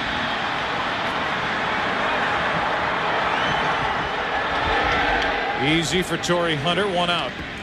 You remember our Sprint virtual manager question. Which town would be the most heartbroken should its team lose in the division series? And you all came up with Boston. 37%. They're down 2 games to none. You answered by using your PCS Vision phone. From Sprint, you logged on to foxsports.com. 1 out here in the 6th inning, and here's Posada.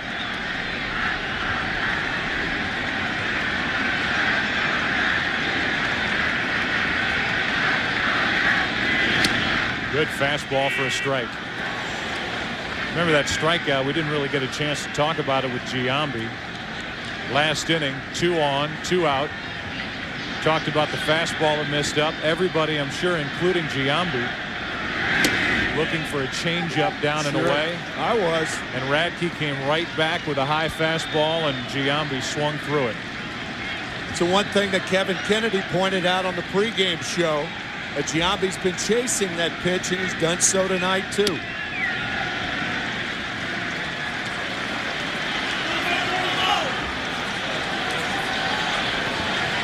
Two balls and a strike on Posada, who hit 30 home runs during the regular season. Shooting for one there, and he comes up empty. 2-2. Change up and a fastball count.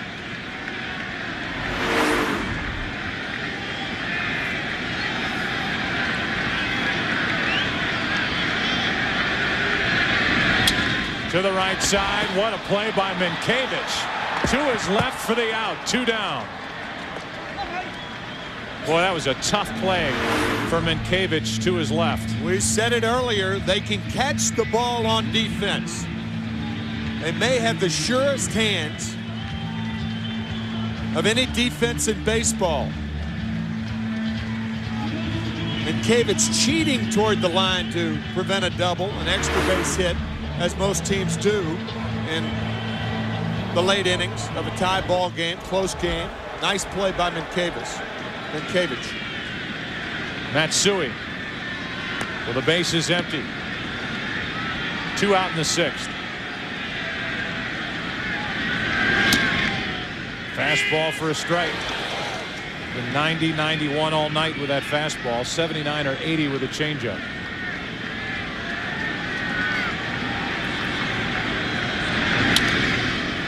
Strike 2. Statistically, you talk about Radke. When he gets over 76 pitches, opponents have teed off on him this season. 349 opponents batting average. He's at 80 right now. And he has 2 out, nobody on here in the 6th inning. 0-2 to Matsui. Ball 1.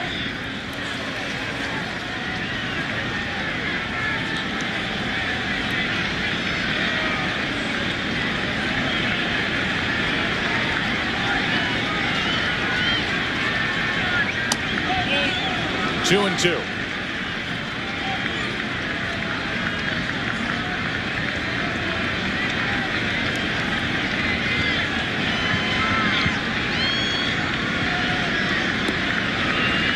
Matsui hit 16 home runs during the regular season. Now it's full. Fastball hitting count. Matsui with some power. Short porch and right. We'll get a change up here probably. And it's ball 4. A 2-out walk, and the second walk handed out by Radke. Radke going with the fastball on that 3-2 count. Now it's Aaron Boone. Joe, there's several things that you try to stay away from in late innings of a tie ball game, and one is pitching guys inside too much, because that's obviously the pitch to jerk. So Radke trying to stay away. It's not that you can't show a fastball inside or a slider inside, as Pettit has done to right-handed batters, but for the most part they're going to try to stay away. Aaron Boone, a late swing and a miss.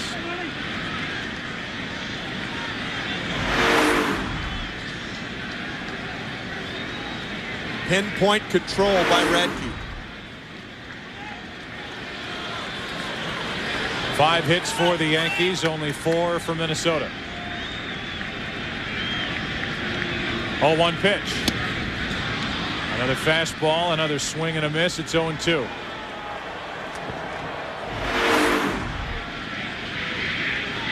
He really missed with that fastball. That ball wandering back toward the middle of the plate, but missed by Boone. That pitch was hittable.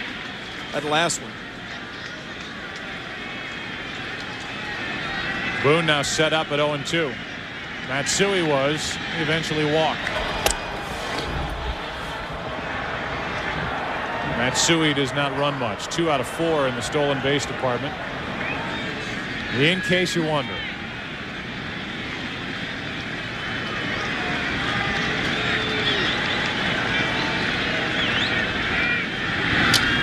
Boone stays alive. Aaron Boone had a flair for the dramatic early with a lot of late inning and walk-off home runs for that Cincinnati team that featured quite a few of those.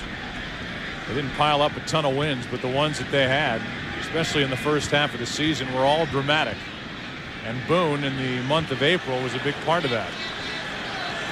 Came to the Yankees, hit 6 home runs for New York. Pitch out on 0-2, and they are worried about Matsui. Not a good inaugural season for the Cincinnati Reds in their new ballpark. Great American Park in Cincinnati. Saw some desperate trades around July 31st.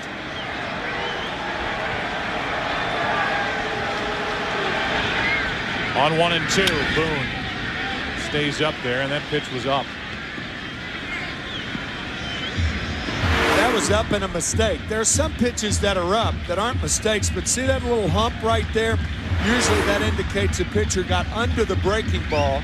And it's a dangerous pitch to anybody, but especially a big guy like Boone.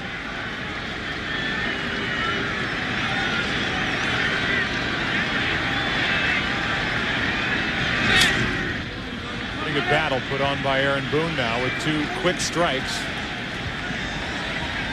Able to foul a few off.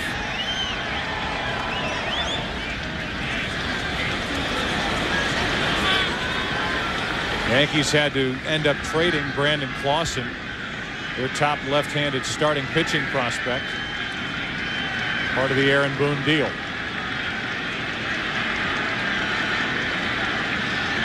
One, two. Another foul.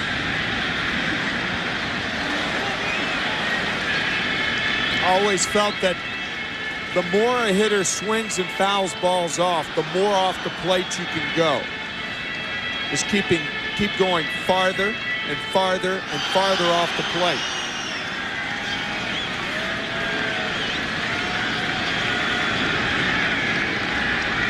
Another 1-2 and another foul.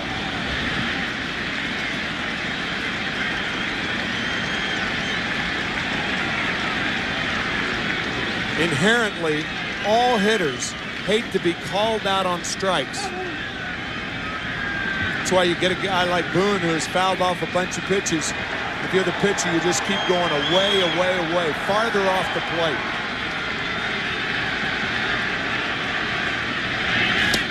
Inning over. A 9-pitch at bat. Up over 90 for Radke on the night. That's strikeout number 4. 7th inning. Still 1-1 in the Bronx.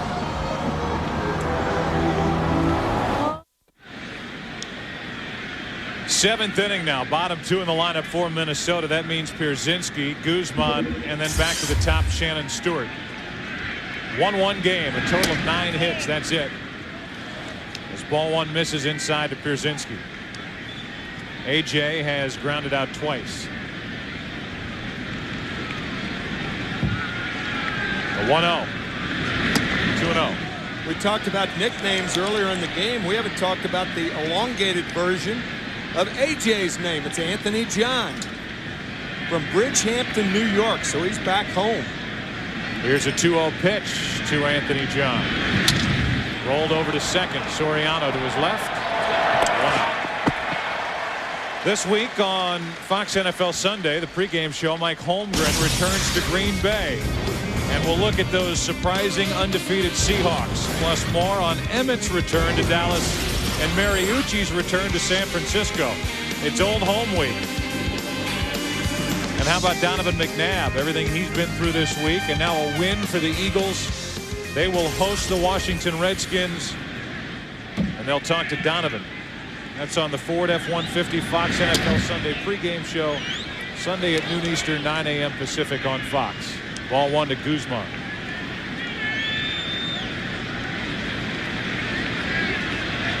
Christian is 0 for 2. 2-0 from Pettit.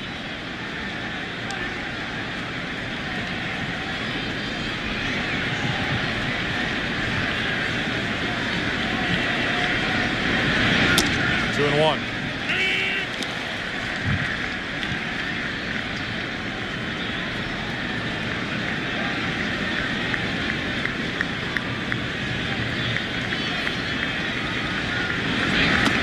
Three and 1. I think one of the more interesting stories with Minnesota has to do with Tom Kelly, the longtime manager of the Twins, one of the best managers ever. The kind of success he had there. Won the 2 world championships in '87 over St. Louis and '91 over Atlanta. And you talk about a guy helping out the organization. He is advanced scouting for the Twins and is in constant communication with Ron Gardenhire, who was on his staff and took over for him when he called it quits. 3-2 pitch. A 1-out walk.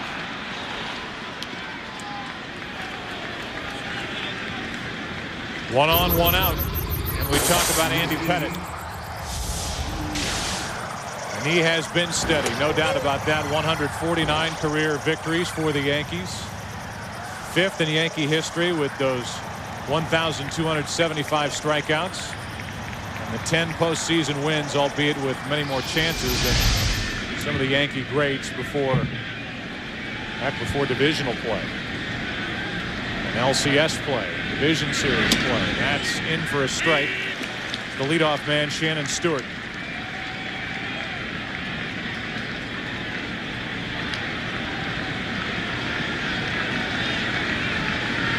Tom Kelly calling Ron Gardenhire yesterday morning and fretting about perhaps forgetting something the night before, and Gardy said, hey, we won yesterday. I just think it says so much about a guy who had as much success as Kelly did in Minnesota. He's helping out the guy who succeeded him. Now, he was on his staff. And he's being paid, obviously. Obviously, all of those things. But he is ferocious about advanced scouting. And he's rooting for the guy who took over his spot, which I think says a lot about him. Yep.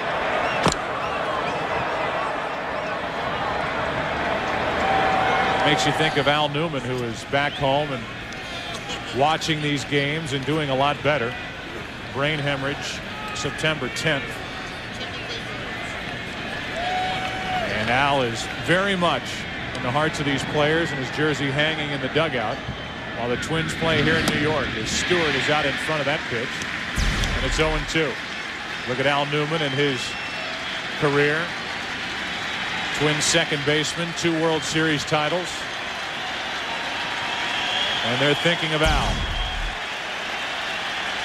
as this crowd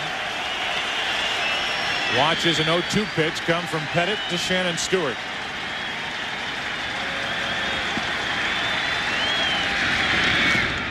Ball 1.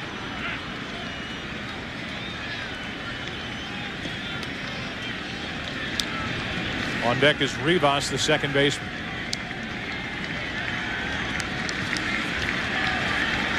The clicker and the pitch count.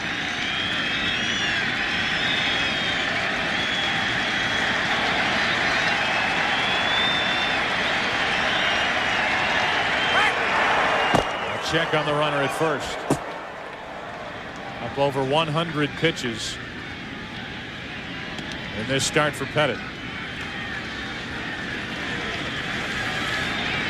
Joe Torre is not opposed to using Mariano Rivera for 2 innings here tonight in the right situation.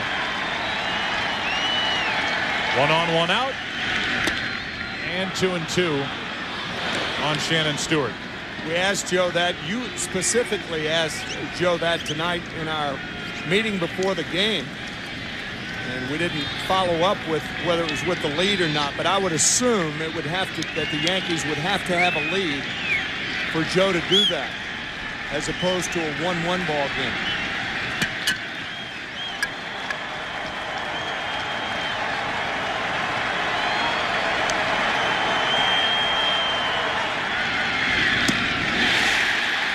Two out.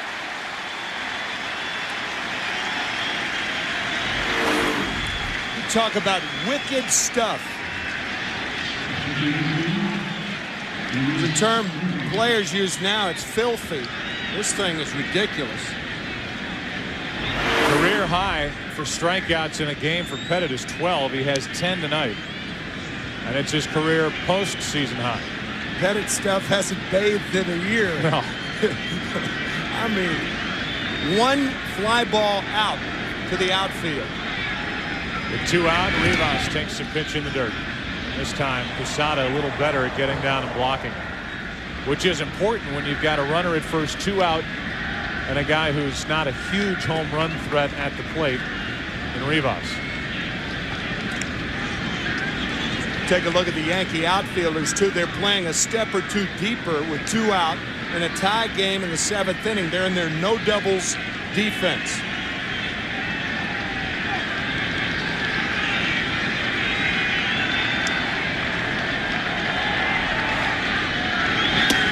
Fastball's high. It's 2-0. The bottom of the inning, it'll be Nick Johnson, Juan Rivera, and Alfonso Soriano. Each side starting the 7th inning with the 8 and 9 hitters.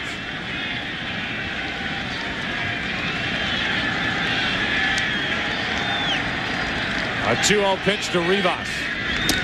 Good pitch on 2-0 on the inside corner. 2-1. Minkiewicz on deck.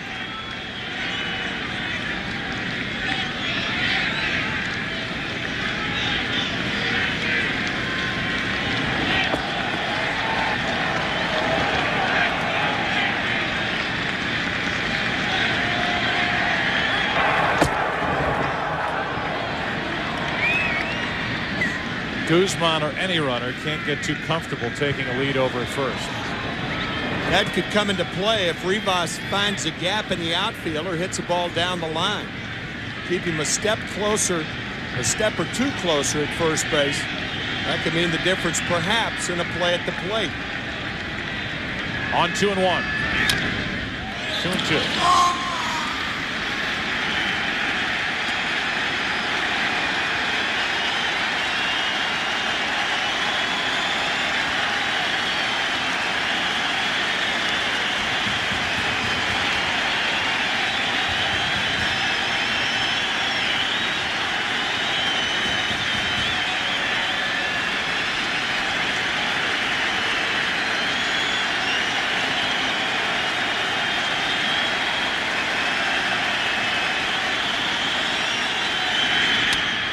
Into center field, Bernie Williams. Let's stretch.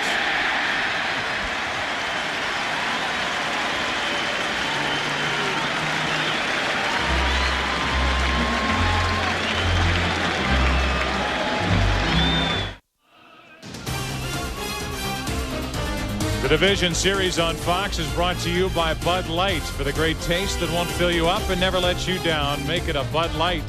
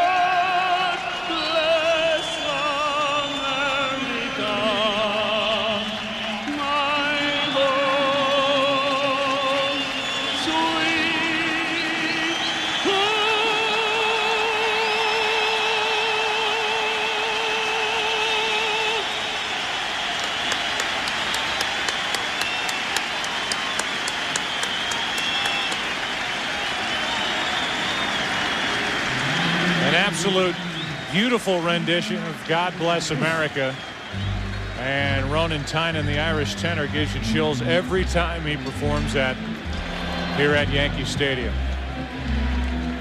He is sensational. Ron Gardenhire talking about this Minnesota Twins team and talking about their perception around baseball. I think this says it all. When they talk about our team, we've been called feisty, aggressive, low budget, small budget. Nobody's ever said we're good. That's amazing to me. We're not bad. We're a pretty good baseball team. And that word never comes out. Hey, these guys are good. I think that's well said. And I think it's something that if they weren't aware of that going into this series here in New York, they are now. This is a very good and very dangerous Minnesota team. I think the New York Yankee players were certainly aware of that, even if the fans perhaps weren't. I mean, here's a team that won 90 ball games during the course of the year. They won only 86 when they won the World Championship back in 1987 against the Cardinals. But a lot of people saying, well, it's an easy division and all that. Bunk, says Ron Gardenhire. Well, he had the ability, and he did it this year, of getting these guys to play for him. The Minnesota Twins were disappointing in the first half. No team played better in the second half record-wise than the Minnesota Twins. And it really all came after he held a press conference after a game and said, I apologize to the Twins fans for the way we just played. We got guys out there trying to pitch, do all they can. It happened in the middle part of August, and after that, they just absolutely took off. Before the bottom of the 7th in a 1-1 game, we'll check in with Jeannie Zelasco for a game break. K-Square, Jay-Z here, just enjoying the baseball. Barry Zito sure enjoyed his day. He returned to Cy Young form at the expense of the Red Sox, now down 0-2 in the series. And by the way, either the Cubs or Braves will be up against it Saturday when they meet for Game 4. The trip to the NLCS on the line. 4 Eastern, 1 Pacific on Fox. Jeannie, thanks. We play in the bottom of the 7th. It'll be Nick Johnson, Juan Rivera, and Alfonso Soriano. And we talked about it last inning. Action for the Yankees out in their bullpen. And with the way Pettit's pitching, it can only be one guy. Rivera.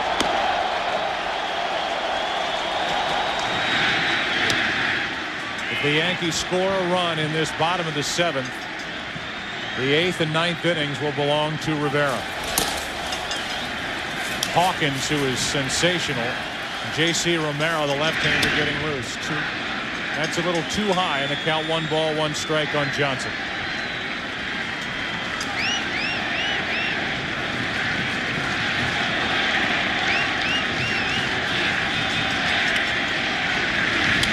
That's foul. 1-2.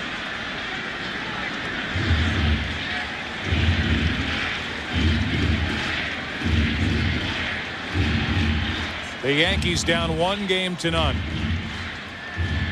Fighting to try to even this series before it heads to the Metrodome, where the Twins have been dominant in the postseason. Leadoff man is on. Of all things, Brad Radke hitting Nick Johnson, a guy with superb control all night, all season, throughout his career, misses inside, and now Rivera will be called upon to bunt. Hear that expression a lot, overthrowing. It looked like Brad Radke was trying to throw that ball through a brick wall. He hit 5 during the regular season, and now you wonder how the Yankees will play it. Oh, they'll bunt. I'm sure they'll be bunting. What do you think? Well, I've already lost 1 mobile home, so I'm going to lay off that. But yeah, I would agree. With Soriano and Jeter to follow, and a go-ahead run at first and nobody out here in the 7th, you wonder what Rivera's bunting skills are like.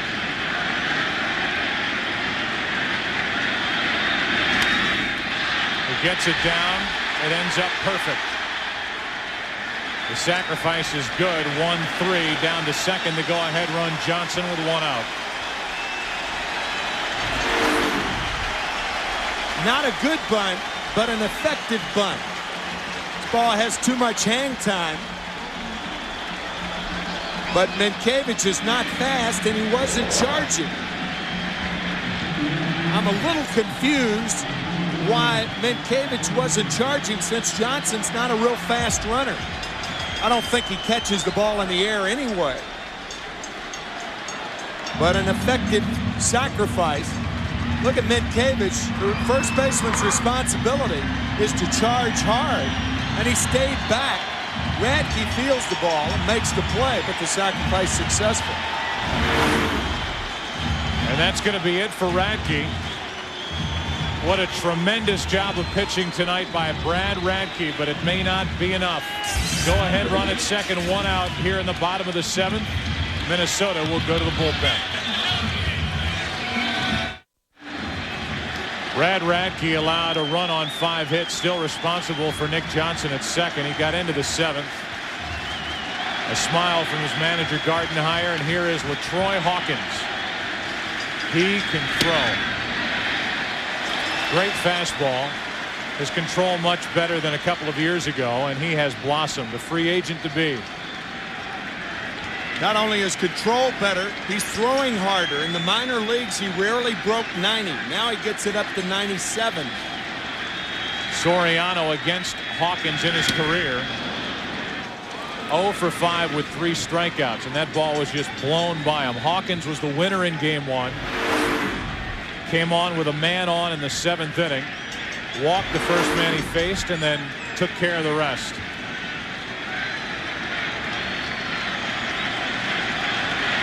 Go ahead run at second, 1 out.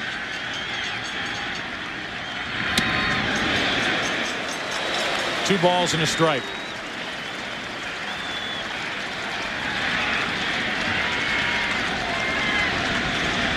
Jeter next.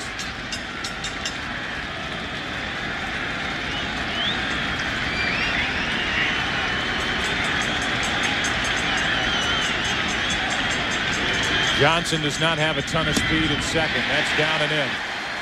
3-1.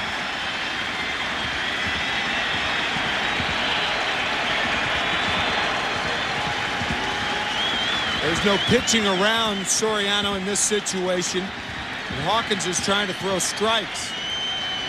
No way do you pitch around Soriano to get to Jeter, one of the great clutch hitters in postseason.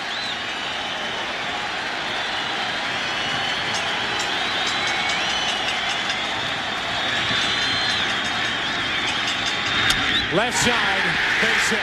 Here comes Johnson. The Yankees take the lead 2-1 in the 7th.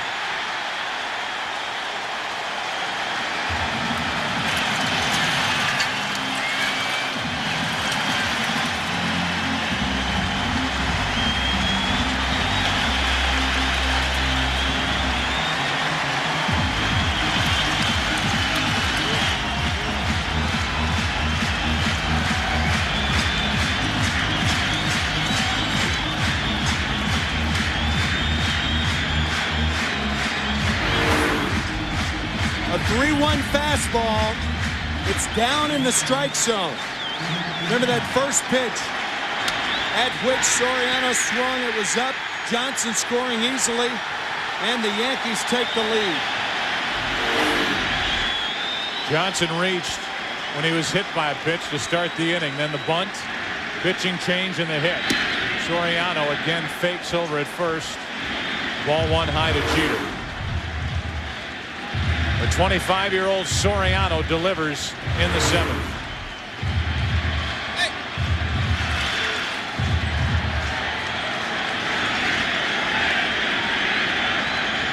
.364 career average against LaTroy Hawkins for Jeter. Off the plate. Hawkins throws wild, and it ends up in the seats.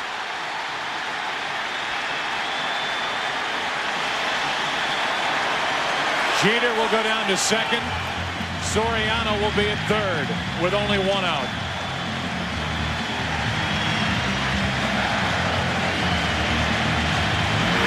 Hawkins thought he had to rush the throw, and he did have to rush it.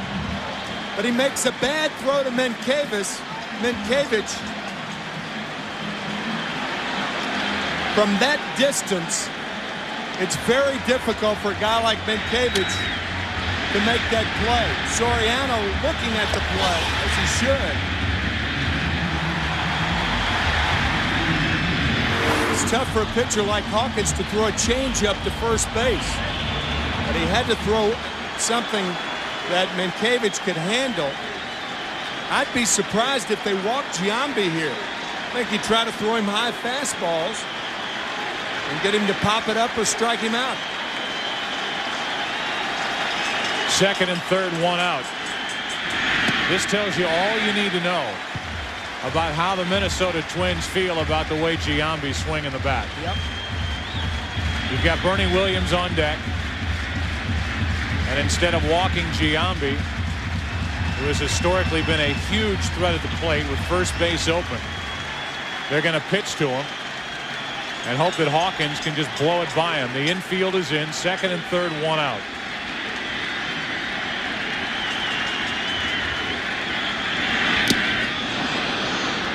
One ball, 1 strike.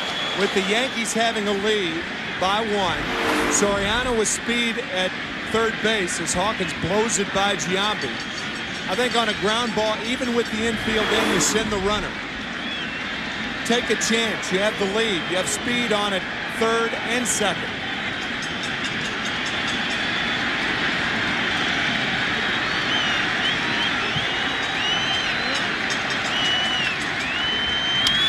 Strike 2. So far, Giambi with a flare hit in the first, 1 out of 7 in this series. 3 strikeouts.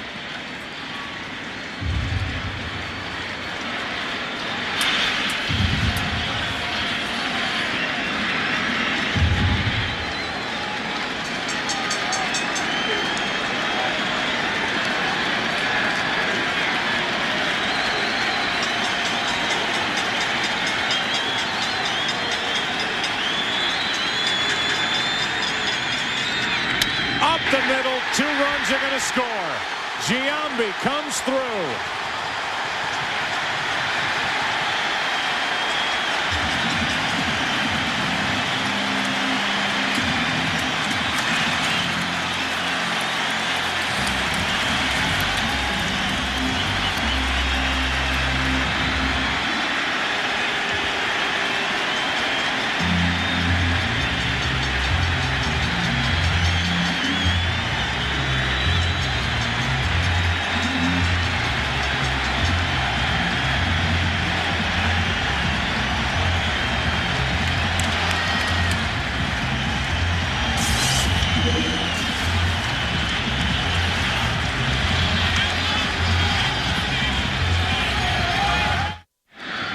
Bernie Williams digs his way in against the 3rd pitcher of the inning, J.C. Romero.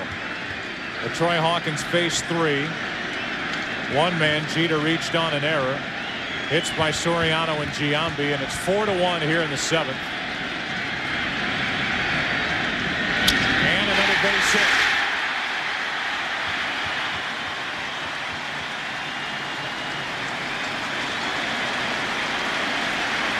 Thing about LaTroy Hawkins, we talked about when he came in that his high fastball was the pitch with which he was most effective. Look where both balls, first Soriano right there to put the Yankees ahead, and then Giambi with the 2 RBIs with the ball up the middle. For LaTroy Hawkins, the ball down is easier to handle than the ball upstairs, as shown by that great shot right there. Now Posada takes a strike. You know, you and I were thinking along the same lines about Rivera out in the bullpen now. Now you've got a 3-run lead. Right. It could be bigger than a 3-run lead. Therefore not a save situation. But if you're Joe Torre, how much do you want to play with all that? Already down 1 game to none. As that misses high, 1 ball, 1 strike to Posada. And you've got an off day tomorrow. The Yankees travel tonight to Minneapolis, as obviously the Twins do. So why toy with it? Even if you have a 4-run lead, why not use Rivera at least in the 8th inning? A 1-1. Then if the Yankees open things up in the 8th inning, perhaps you'd like to go to somebody else. But right now, this game is ever so precious to the Yankees. This series will resume on Saturday in Minneapolis. Slow roller. That's a tough play. Romero off balance. Wow, what a play for the 2nd out of the inning. And Romero's a guy who's been bothered by a sore groin as he comes up grimacing after that play. Bothered by a sore groin since early in the season in May. See, there's no play at third base. Third baseman Corey Koski comes in. Normally a left-hander would have a little flip to get the runner at third base, but Romero with a sensational play to get Posada. 11 o'clock here at Yankee Stadium. We're in the bottom of the 7th inning. Game 2 of this division series. The Twins won on Tuesday afternoon 3-1. The Yankees trying to take game 2 to even the series before it goes to the upper Midwest. Matsui, strike 1.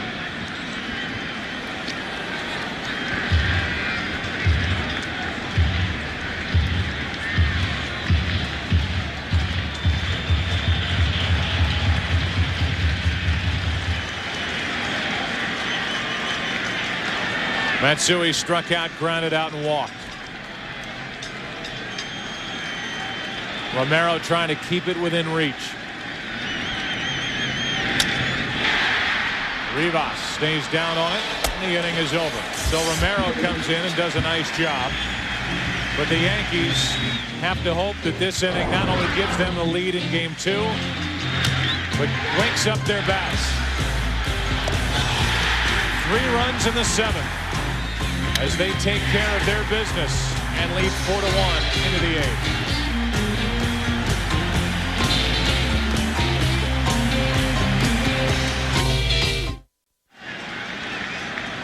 8th inning, 4-1, the Yankees on top. And they turn it over to Mariano Rivera. Mientkiewicz first up. And ball 1 inside. It'll be Mientkiewicz, LeCroy, and Jones against Rivera, who has 25 career postseason saves, a 6-1 career postseason record with a 0.79 ERA. 1 ball, 1 strike. Do you buy it? I hear those rumors about Rivera that he's not what he was, that his pitches are starting to slow down, that it's starting to wear on him. I do not. And I'll tell you why I don't. The results may be different this year, but the times that he has gotten into problems, the ground balls that were at guys in other years have found holes this year. The little nubbers that he used to field down the third baseline and the first baseline were base hits. As far as his effectiveness, in my view, it's the same.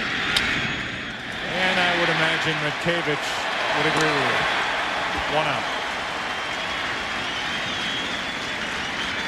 I think a lot of the stuff that went on in this city about Rivera this year was nonsense, based only on results and not on the way he's throwing and the effectiveness.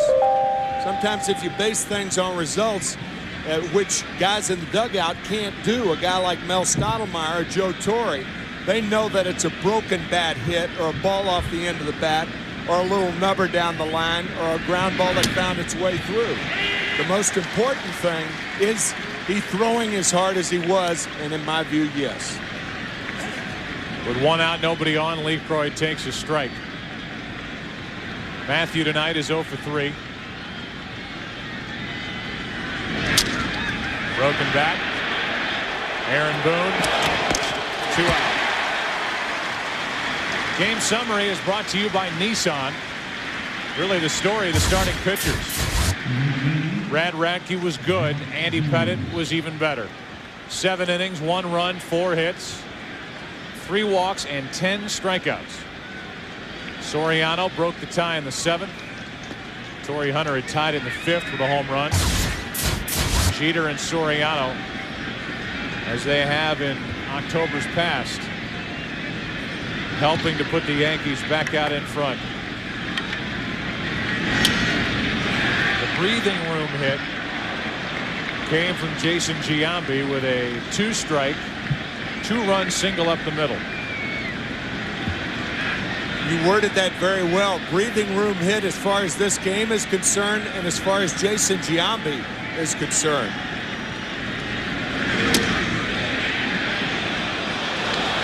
One ball, 1 strike.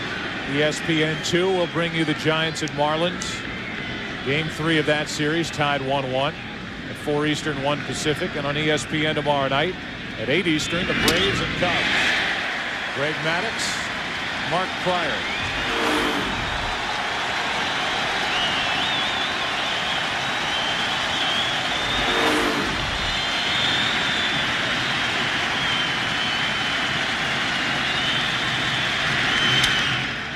Slow roller. Soriano with a bare-hand pickup.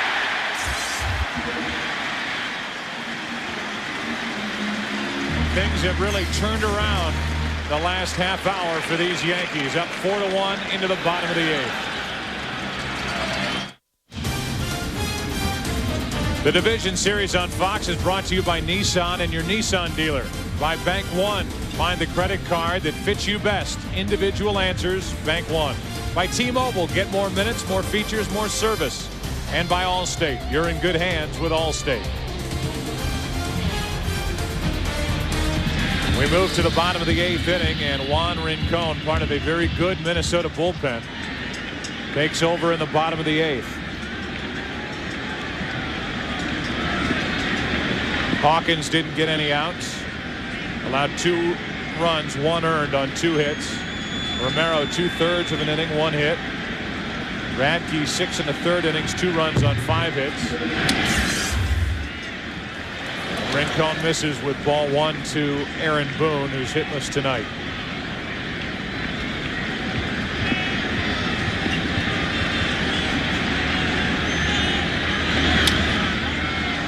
One and one. And you could tell from Brad Radke's demeanor when he left the field. He wasn't upset with Ron Gardenhire. I mean, to me, you've got to bring in Hawkins in that situation. You've seen Soriano and Derek Jeter looking at Radke 3 times, and the odds were much greater. Good play by Rincon. Of course, you have to make that decision, and obviously Gardenhire did. But the odds are greater for Soriano, Jeter, and Giambi to get a hit off Radke the 4th time on Hawkins rather than Hawkins the 1st time when he's throwing 97 miles an hour. But Hawkins got those 2 fastballs down, the error sandwiched in between, and 3 Yankee runs. You saw Nelson and Contreras getting loose. That would be only if the Yankees add to what is a 3-run 8th inning lead. As Nick Johnson, who took one of the more important pitches of the night, took a pitch off his hip, hit by a pitch to start the 3-run 7th inning rally. Bunted to second by Juan Rivera, scored on the hit by Soriano.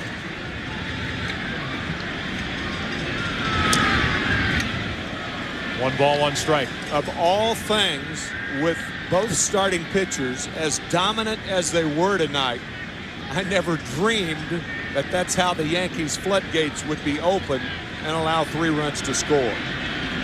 On 1-1, Johnson, strike 2.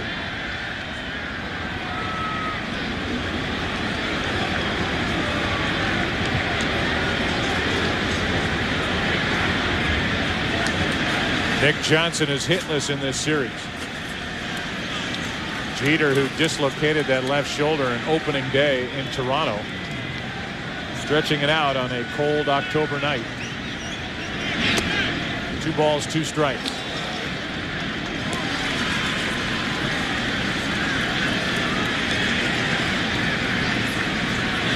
Roger Clemens will pitch game 3 against Kyle Loesch. He's been pitching much better.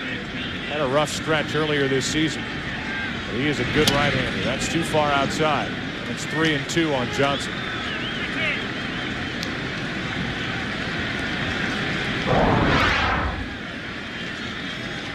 Loesch and Clemens, their numbers for the season, the final season for the future Hall of Famer Roger Clemens. A 1-out walk. This week it's a Fox NFL Sunday doubleheader. First, Mike Holmgren will take the Seattle Seahawks, who are undefeated, to Green Bay, as the Packers are coming off that Monday night win in Chicago. Then the Redskins try to stay hot when they take on an Eagles team trying to get back to the 500 mark. Or other regional action. Coverage begins Sunday at noon Eastern, 9 a.m. Pacific on Fox. The biggest stories are in the NFC. Tim, I don't know if you know this, but the NFC is on Fox. Yes, I do. 1 on, 1 out for Rivera. You will be doing that Redskin-Eagle game from the new facility in Philadelphia, just a train ride away. Yeah, looking forward to seeing Lincoln Financial Field. Troy Aikman was at the game tonight, trying to beat the rush out of here. But he was here for the record. 1 on, 1 out. 1 ball, no strikes. 1-1 on Rivera.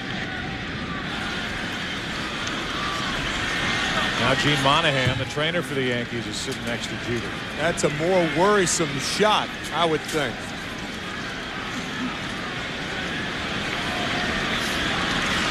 Derek continues to slide head first. Perhaps he aggravated that doing so tonight. I remember that close play at third base earlier in the game.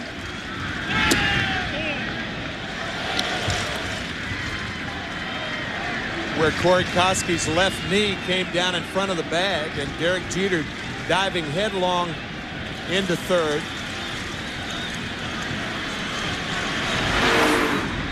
Here's that play one more time.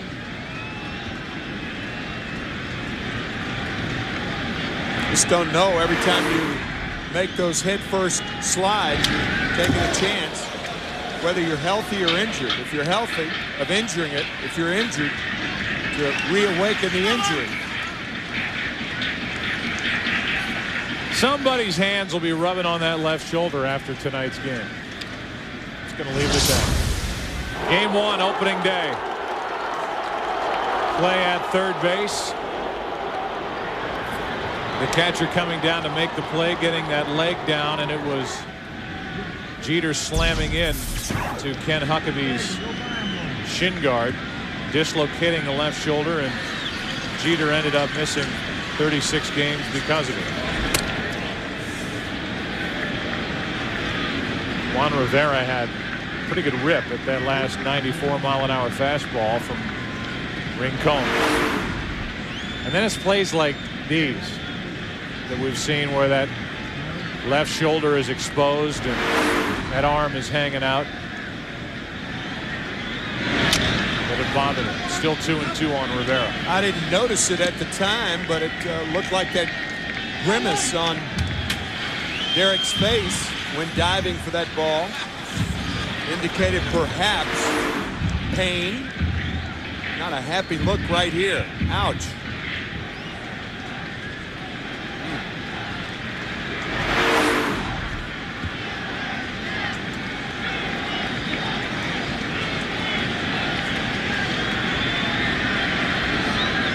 On 2-2. Might be. Could be. It is. We go to the 9th inning. The Yankees 3 outs away from evening this series at a game apiece, up 4-1.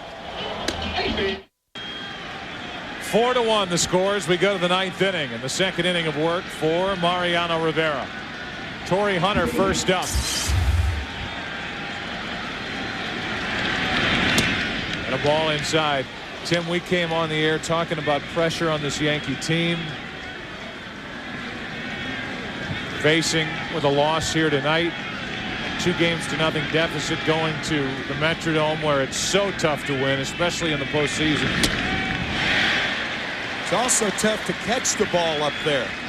With that white background, the Twins more accustomed to it. But any team visiting that place, it's a different ball game. It took until the 7th inning for us to see some of that Yankee magic. The game was 1-1. We talked about Radke, but I don't think we can talk enough about the job that Andy Pettitte did for the Yankees to keep it there until the offense got something going. And they looked like, quote unquote, the Yankees in the 7th. Yep. The 1-2 pitch. Hunter takes ball 2. Now you go to Minnesota. In the Metrodome, that carpet. As you said, it's tough to see, and you've got an older Yankee team against a younger team that moves around better, and the Twins playing on that fast carpet. There will be a decided home field advantage at the Metrodome for the Twins, like there always is for the Yankees here in the Bronx. I would certainly think so.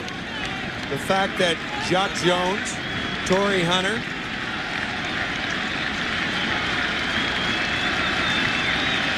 and Shannon Stewart can track down balls in the gaps, left center, right center. That in itself cuts down on extra base hits. Can the Yankees do that same thing? They can't keep up with the Twins in that department.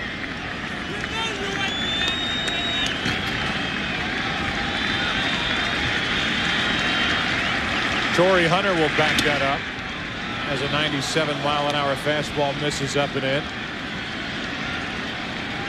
Part of this young Twins team. He remembers the postseason last year and the noise that they can make in the Metrodome. Torrey waits for a 3-2 pitch to start the 9th inning.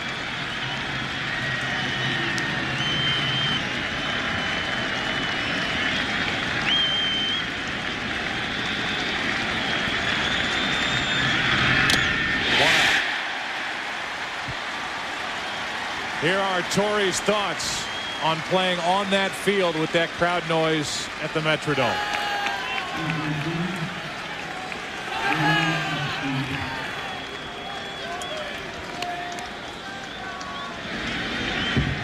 It's just a lot of noise in there. It never leaves. It just stays in there, and I feel like your ears are going to bleed.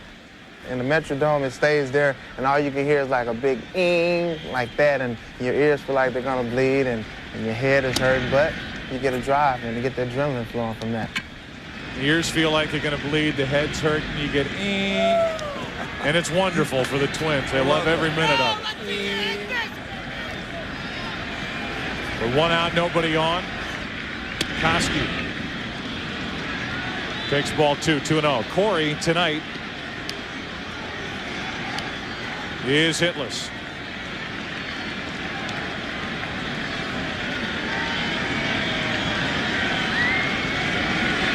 Has not put a ball in play.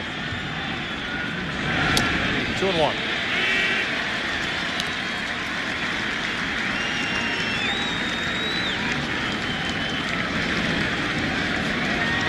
Berzinski on deck. Yankees up 4-1 in the 9th inning. Down 1 game to none. Koski 2-2.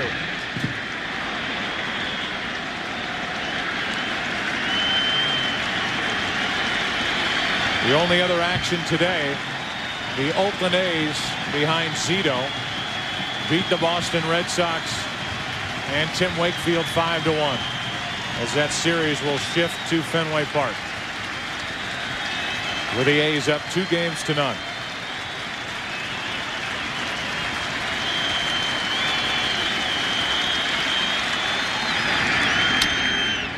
Into center field, Bernie Williams going back, 2 out. Here is tonight's Good Hands play of the game presented by Allstate. Alfonso Soriano ending the top of the 8th with a bare hand pickup and flip.